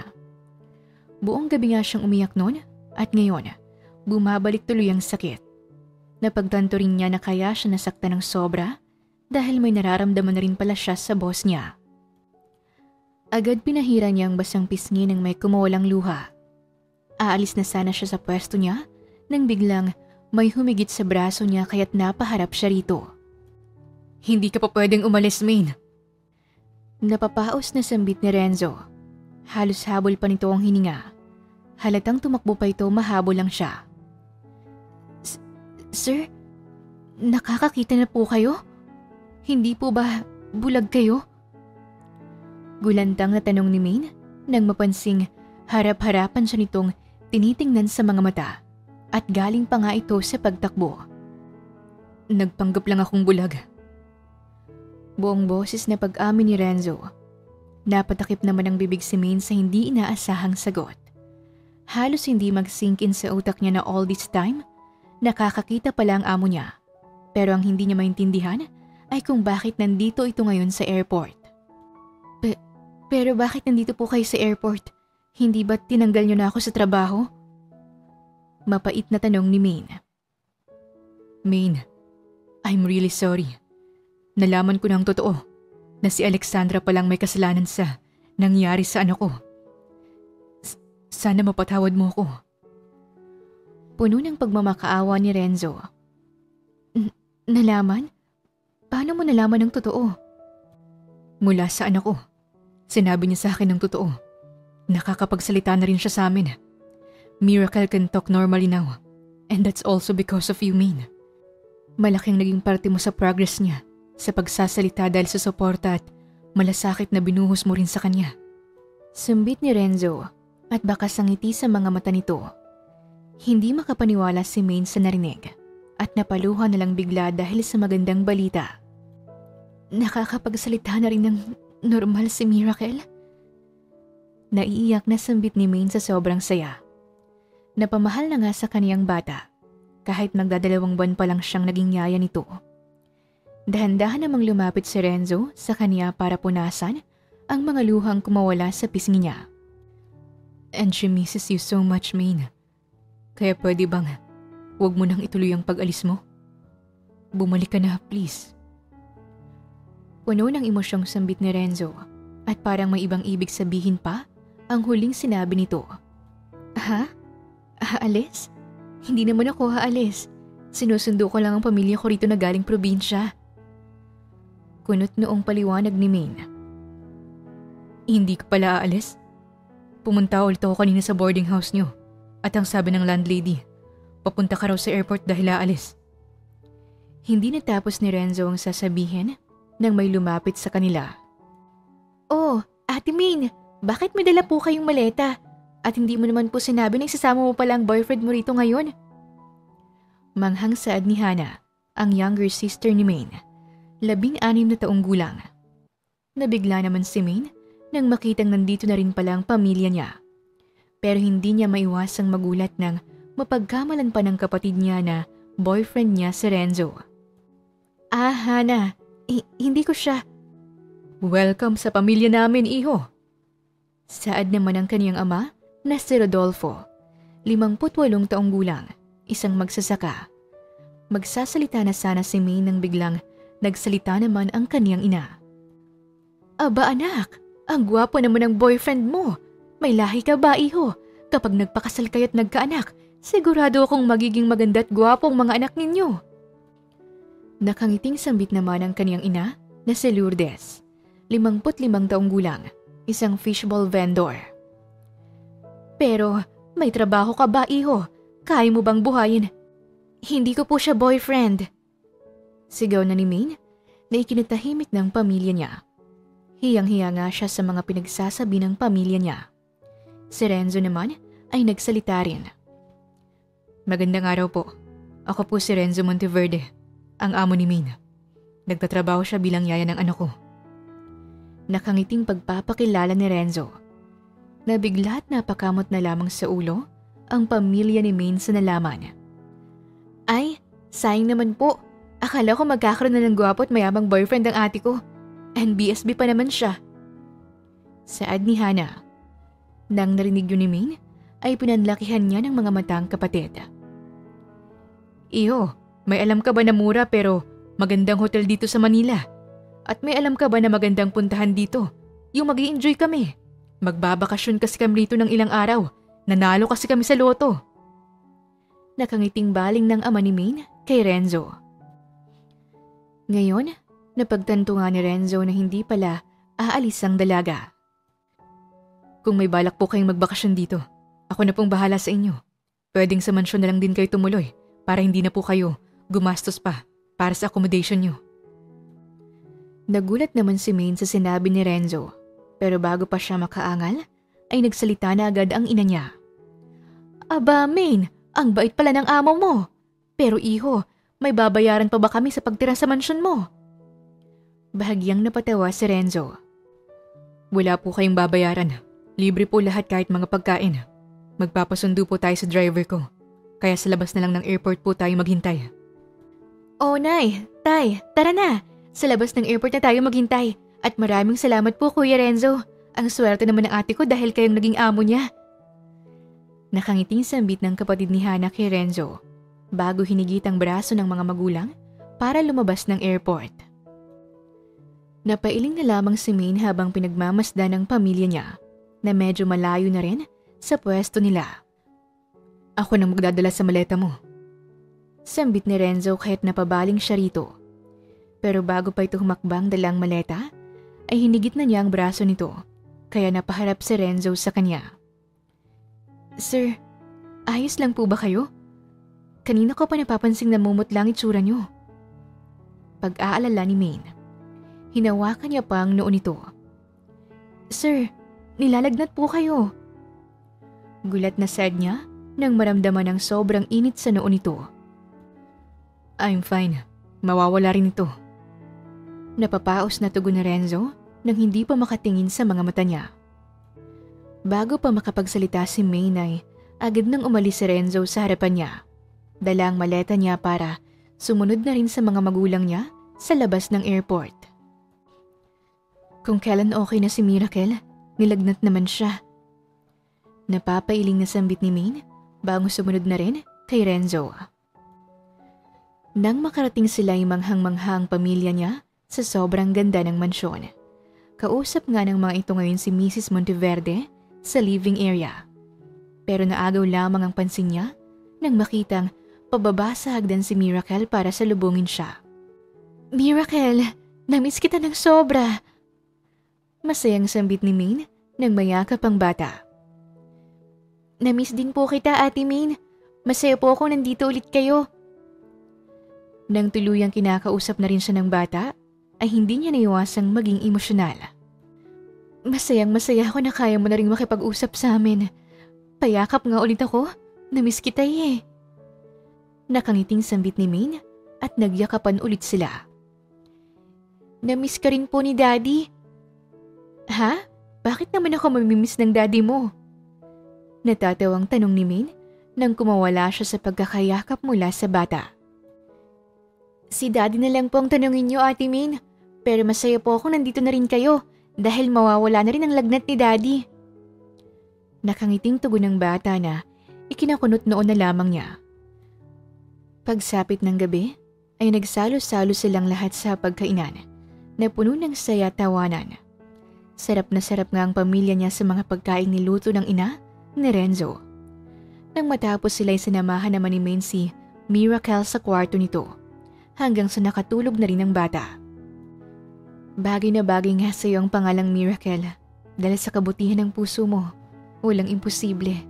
Good night, Miracle. Nakangiting sambit ni Maine bago hinalikan ang noo nito. Paglabas ni Maine sa kwarto ng bata, ay saktong bumungad sa kanya si Mrs. Monteverde. Iha, pwede mo bang puntahan ang anak ko sa kwarto niya? Baka lambing ay, baka itong gamot lang ang katapat sa lagnat niya. Huwag kang mag-alala.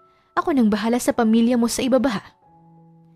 Nakangiting sambit ni Mrs. Monteverde at kumindat pa nga ito sa kanya. Bago pa siya makapagsalita ay bumaba na ito para puntahan ang pamilya niya sa living area. Kaya't napatitig na lamang siya sa hawak niyang gamot. Pagdarating niya sa tapat ng kwarto ni Renzo ay kumatok muna siya ng 3 beses bago pumasok sa loob. Bumungad niya sa kanya si Renzo habang nakahiga ito sa kama. Napabuntong hininga na lamang siya dahil hindi niya maiwasang mag-alala. Sir, gumising po muna kayo. Kailangan yung inumin tong gamot para gumaling agad kayo. Sambit ni Maine at marahang tinatapik ang balikat nito. Unti-unti namang napadilat si Renzo hanggang sa napansin niya siya nito. Maine, bakit nandito ka? Napapaos na tanong ni Renzo. Pumasok po ako para painumin kayo ng gamot. Ay teka, kukuha lang po ako ng tubig sa ibaba. Ngunit bago pa makahakbang si Maine, ay nabigla na lamang siya nang hinigpit ni Renzo ang pulsuhan niya. Kaya ang ending ay napahiga siya sa kama katabi nito. Sir, anong ginagawa niyo? Kailangan niyo pong uminom. Ikaw ang kailangan ko, hindi ang gamot. Nang narinig yun ni Maine ay natahimik siya. Naramdaman niya agad ang pamumula sa magkabilang pisngi niya. Pero nagulat lamang siya nang hinapit ni Renzo ang bewang hanggang sa tumama ang braso niya sa dibdib nito. Marahang tinakpan pa nito ng comforter ang katawan niya. Nang magtama ang mga mata nila, ay todo lamang ang pagkabog ng dibdib niya. Maine, I'm sorry kung inuna kong paniwala ng kasinungalingan ni Alexandra kaysa pakinggan ka. Pagbibitaw ng mga salita ni Renzo at bakas ang pagsisisi sa mukha nito. Sir, nagsorry na po kayo kanina kaya napatawad na kita. At kalimutan na po natin ang nangyari. Ang mahalaga po ay maayos na rin ang kalagayan ni Miracle. Sambit ni Maine at ngumiti pa siya sa harapan ni Renzo para gumaan ang pakiramdam nito. Pero napakunot noon na lamang siya nang bahagyang tumawa ng napapailing si Renzo. Bakit kayo natatawa, sir? May nasabi ba akong mali? Gulong tanong ni Maine. Pero bago siya sinagot ni Renzo, ay hinawi muna nitong mga ilang hiblang buhok na humaharang sa mukha niya. Wala kang sinabing mali. Ngayon, naintindihan ko na kung bakit nahulog ang loob ko sa'yo. Hindi dahil inaalagaan mo ng maayos ang anak ko, kundi ikaw si Maine Flores, ang simpleng babaeng may mabuting puso at palaging positibo sa buhay. Puno ng emosyong pag-amin ni Renzo na ikinanganga naman ang bibig ni Maine. Teka lang, sir. Bakit ganyan kayo magsalita ngayon? Hindi pang karaniwan. Baka kailangan niyo talaga ng uminom ng gamot. Babangon na sana siya mula sa pagkakahiga sa kama para kunin ang gamot pero bago pa mangyari yon, ay agad nang hinawakan ng mahigpit ni Renzo ang bewang niya sa ilalim ng comforter. I'm serious, Maine. Totoo itong nararamdaman ko sa'yo. I like you. Even before pa sa unang buwan mo rito sa mansyon. Sa una, sobrang in denial pa ako sa nararamdaman ko sa'yo. Dahil tulad nga ng sinabi ko noon, I don't date my employees. Pero nang umalis ka ng mansyon dahil sa akin, dun ko lang na-realize na gusto nga talaga kita. Ilang gabing hindi ako makatulog ng maayos dahil sa kakaisip sa'yo. At hanggang sa hinanap pa kita. Totoo nga ang kasabihan ng iba na doon mo lang marirealize ang nararamdaman mo sa isang tao kapag wala na ito sa tabi mo. Paliwanag ni Renzo at humina pa ang boses nito sa huling sinabi. Wala ngang masabi si Maine dahil sa mga narinig mula kay Renzo. Ngunit ang puso niya ay parang gusto niyang lumabas dahil sobrang bilis ng pagtibok nito. Hindi yata siya makakatulog ng maayos ngayong gabi dahil sa nalaman niyang may nararamdaman din pala si Renzo sa kanya. Kinabukasan, naging mabuti na rin ang kalagayan ni Renzo. Pero si Maine ay fresh pa rin sa utak ang mga sinabi ni Renzo sa kanya kagabi. Kaya't kahit nasa SMO was skating na rin sila para mag-enjoy, ay halos hindi pa rin siya makapaniwala.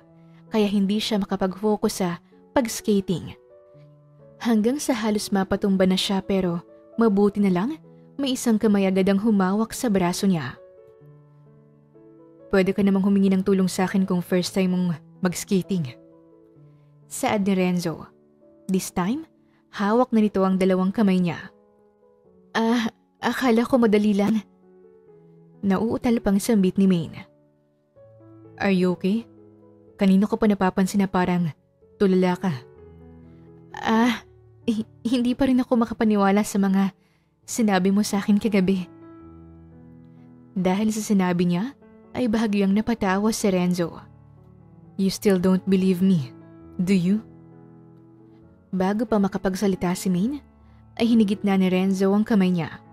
Lumapit sila sa pwesto ng pamilya niya kung saan enjoy na enjoy sa pag-skating ang mga ito kasama si Miracle, Mrs. Monteverde at Mang Carding. Ngunit nagulat lamang silang lahat nang marinig ang sinabi ni Renzo. Ma'am, sir, pwede ko bang ligawan ng anak niyo? Natigilan niya ang lahat sa ginagawa at nagkaroon pa ng katahimikan na parang hindi sila makapaniwala sa narinig. Si May na nanlalaki na rin ang mga mata. Pero ang mga magulang naman niya ay napataki pa ng bibig bago nakapagsalita. Nako, iho, walang problema sa amin. Kahit pakasalan mo agad ang anak namin. Natatawang sambit ng ina ni Maine.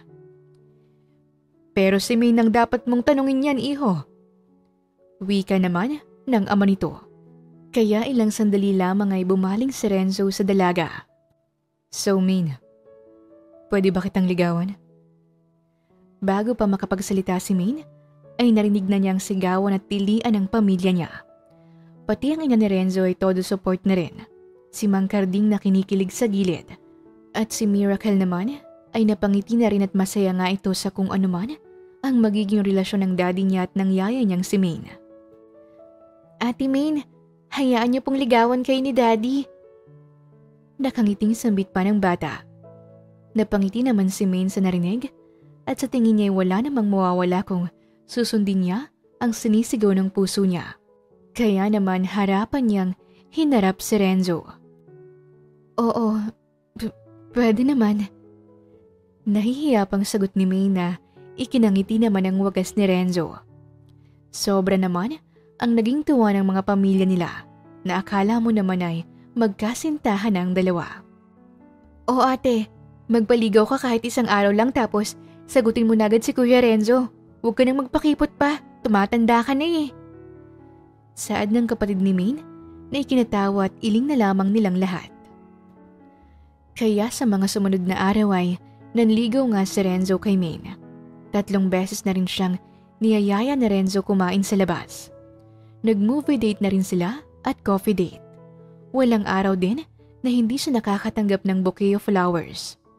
Kaya isang araw, pagising niya sa umaga, ay nabigla na lamang siya nang makitang may isang bouquet of red roses sa tabi ng higaan niya. Alam niya talaga kung paano ako kiligin. Nakangiting sambit ni Maine bago inamoy ang bulaklak. Nang makapagbihis siya ay pumunta siya sa kusina para paghandaan sana ng almusal si Miracle. Pero bumungad sa kanya si Renzo sa loob, abala sa pagluluto. Sir, ako na po dyan.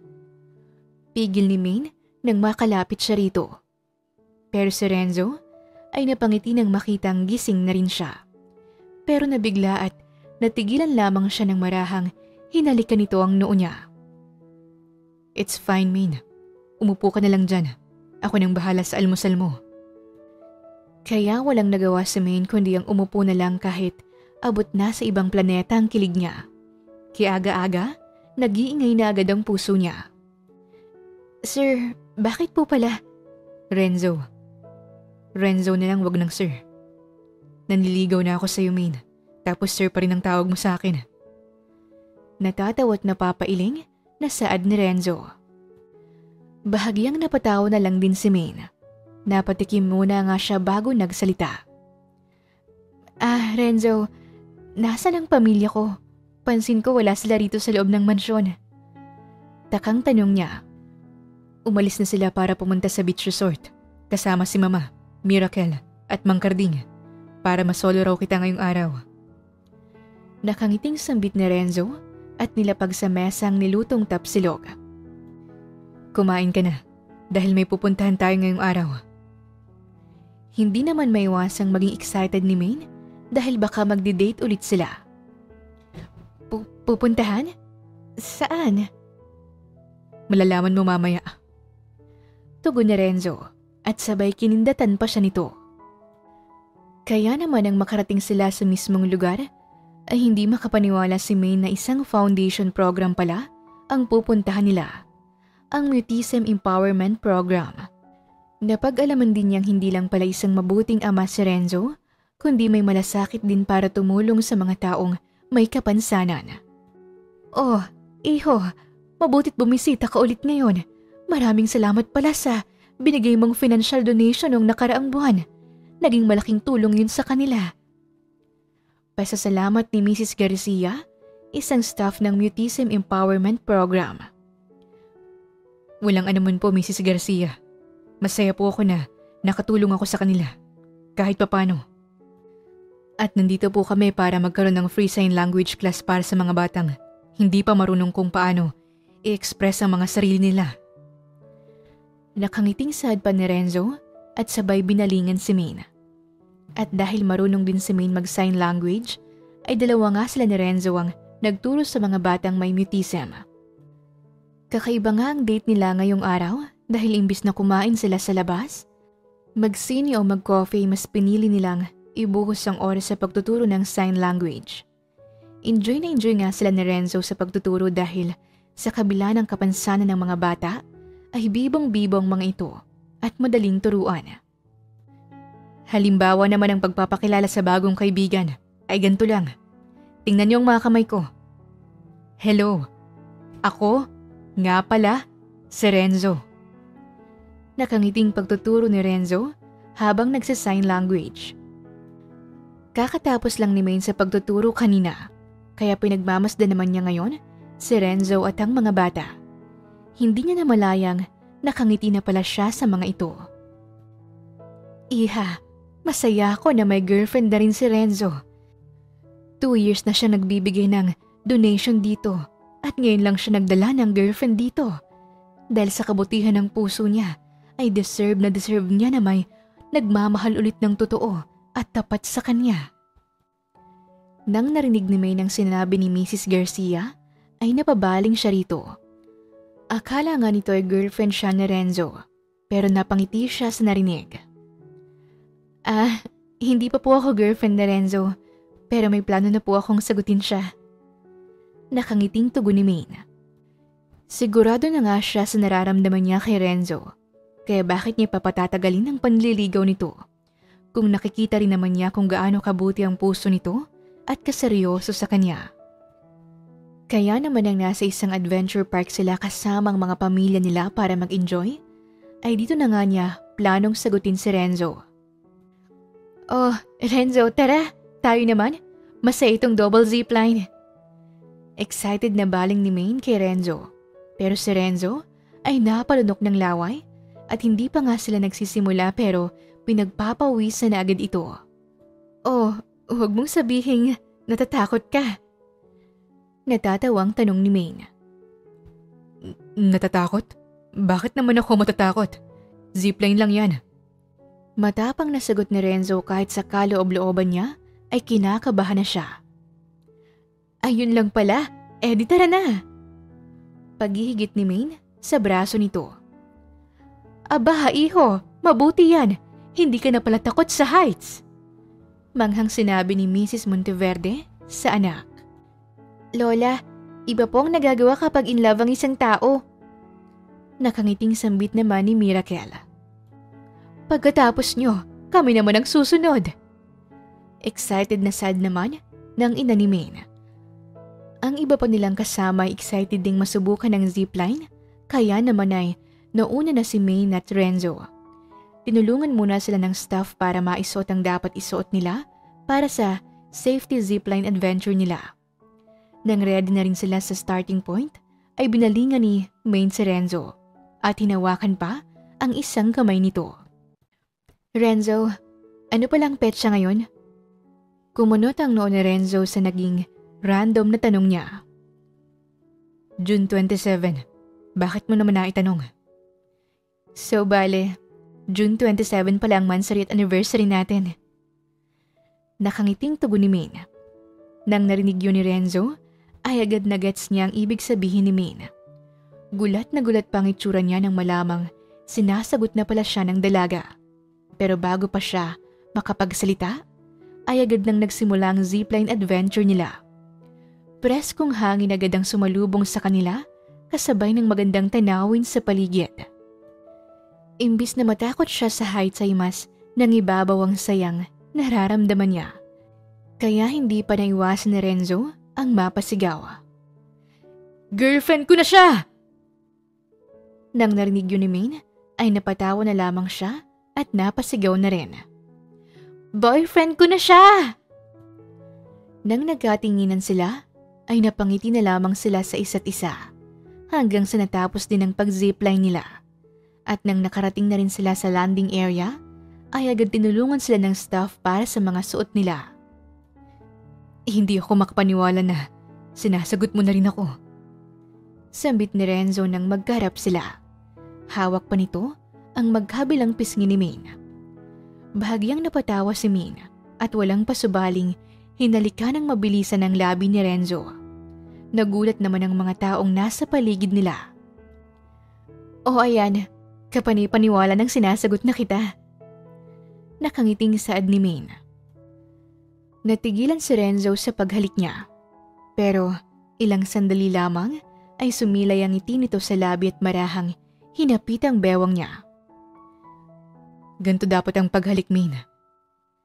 Sambit ni Renzo at unti-unti nga nitong inilapit ang mukha sa kanya para mahalikan siya ng puno ng emosyon at pagmamahal. At dito nga magsisimula ang panibagong yugto ng buhay nila na magkasama.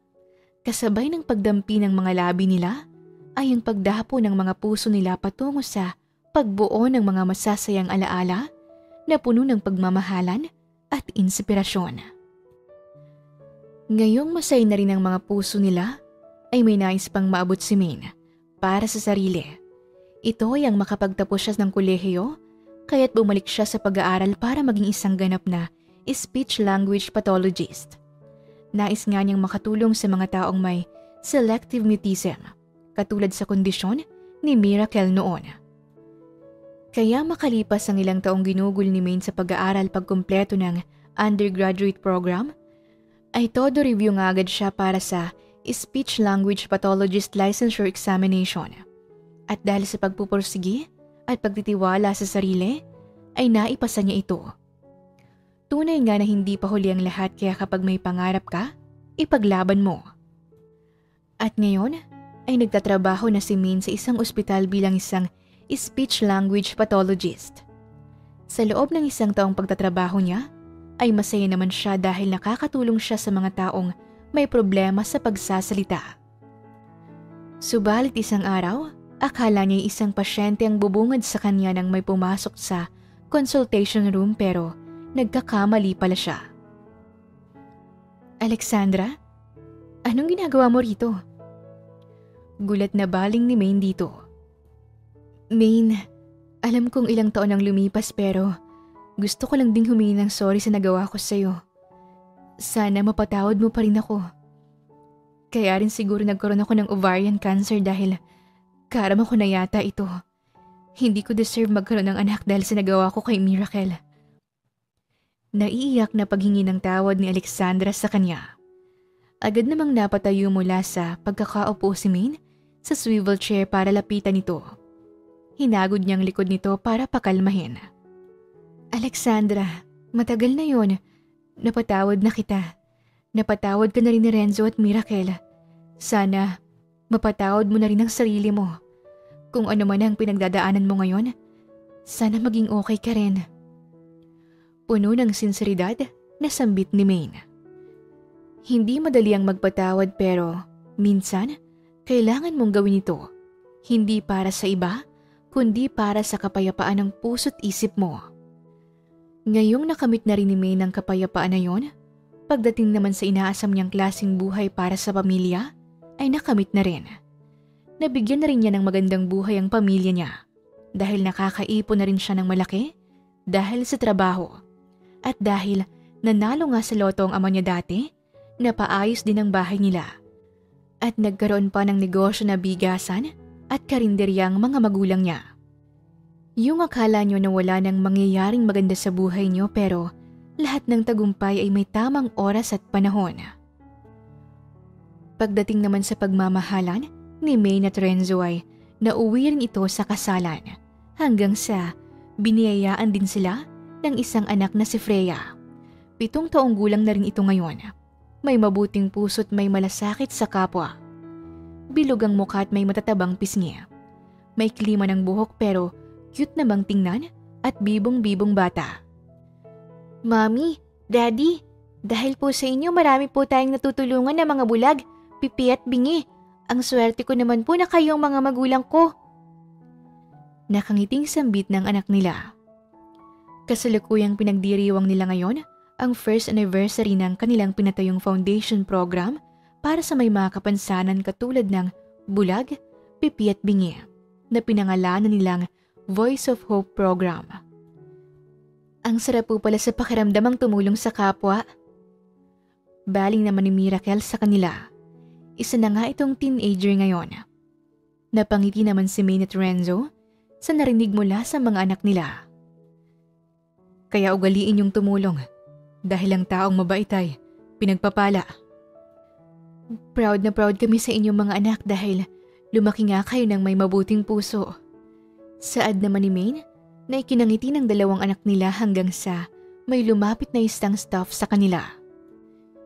Miss Miracle, pwede na po kayong umakyat sa stage. Good luck po ate! Sambit ni Freya nang tumayo mula sa pagkakaupo ang ate Miracle niya. Good luck anak! Sabay namang sinabi ni Maine at Renzo.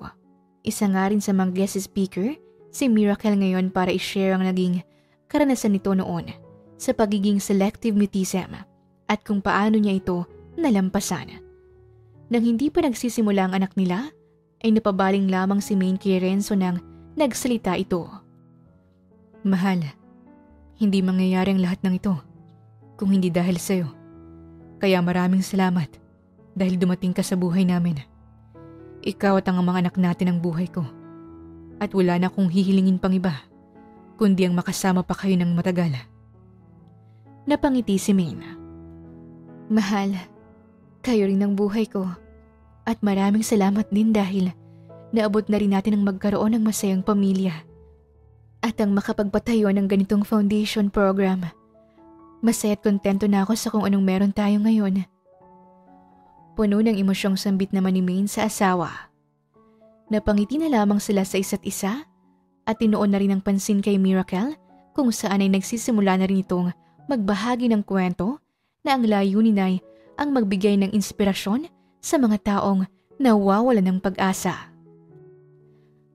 Ang pagmamahalan nga nilang dalawa ay mas lalong tumibay at pinagpapala ng Diyos dahil sa pagbibigay nila ng tulong at suporta sa mga taong may kapansanan. Para sa kanila, gaano man kagulo at kaingay ang mundo, huwag pa rin kakalimutan ang maging malasakit at mabait sa kapwa. May kapansanan man ito o wala. Bukod pa roon, sa kwento nilang ito ay patunay na ang kabutihan ng pundasyon para magkaroon ng pagkakaisa at pagtutulungan.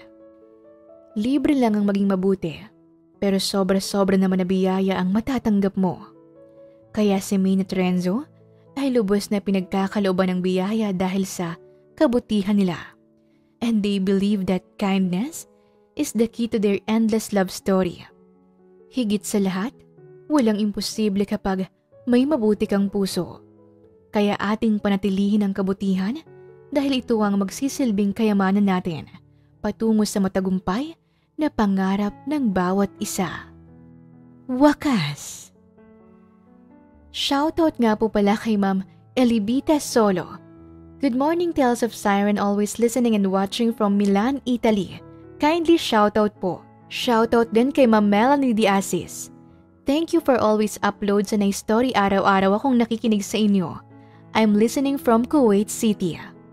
Shoutout rin sa iyo, Ma'am Lorna Imbang. Ma'am pa-shoutout. Listening from Hong Kong. Ang ganda lahat ng story at ito ang tanging nakakaalis ng pagod ko. God bless. Maraming salamat po sa inyong walang sawang pakikinig sa mang panig ng mundo. Muli, ito po ang Tales of Siren at hanggang sa ating muling kwento. Maraming salamat po.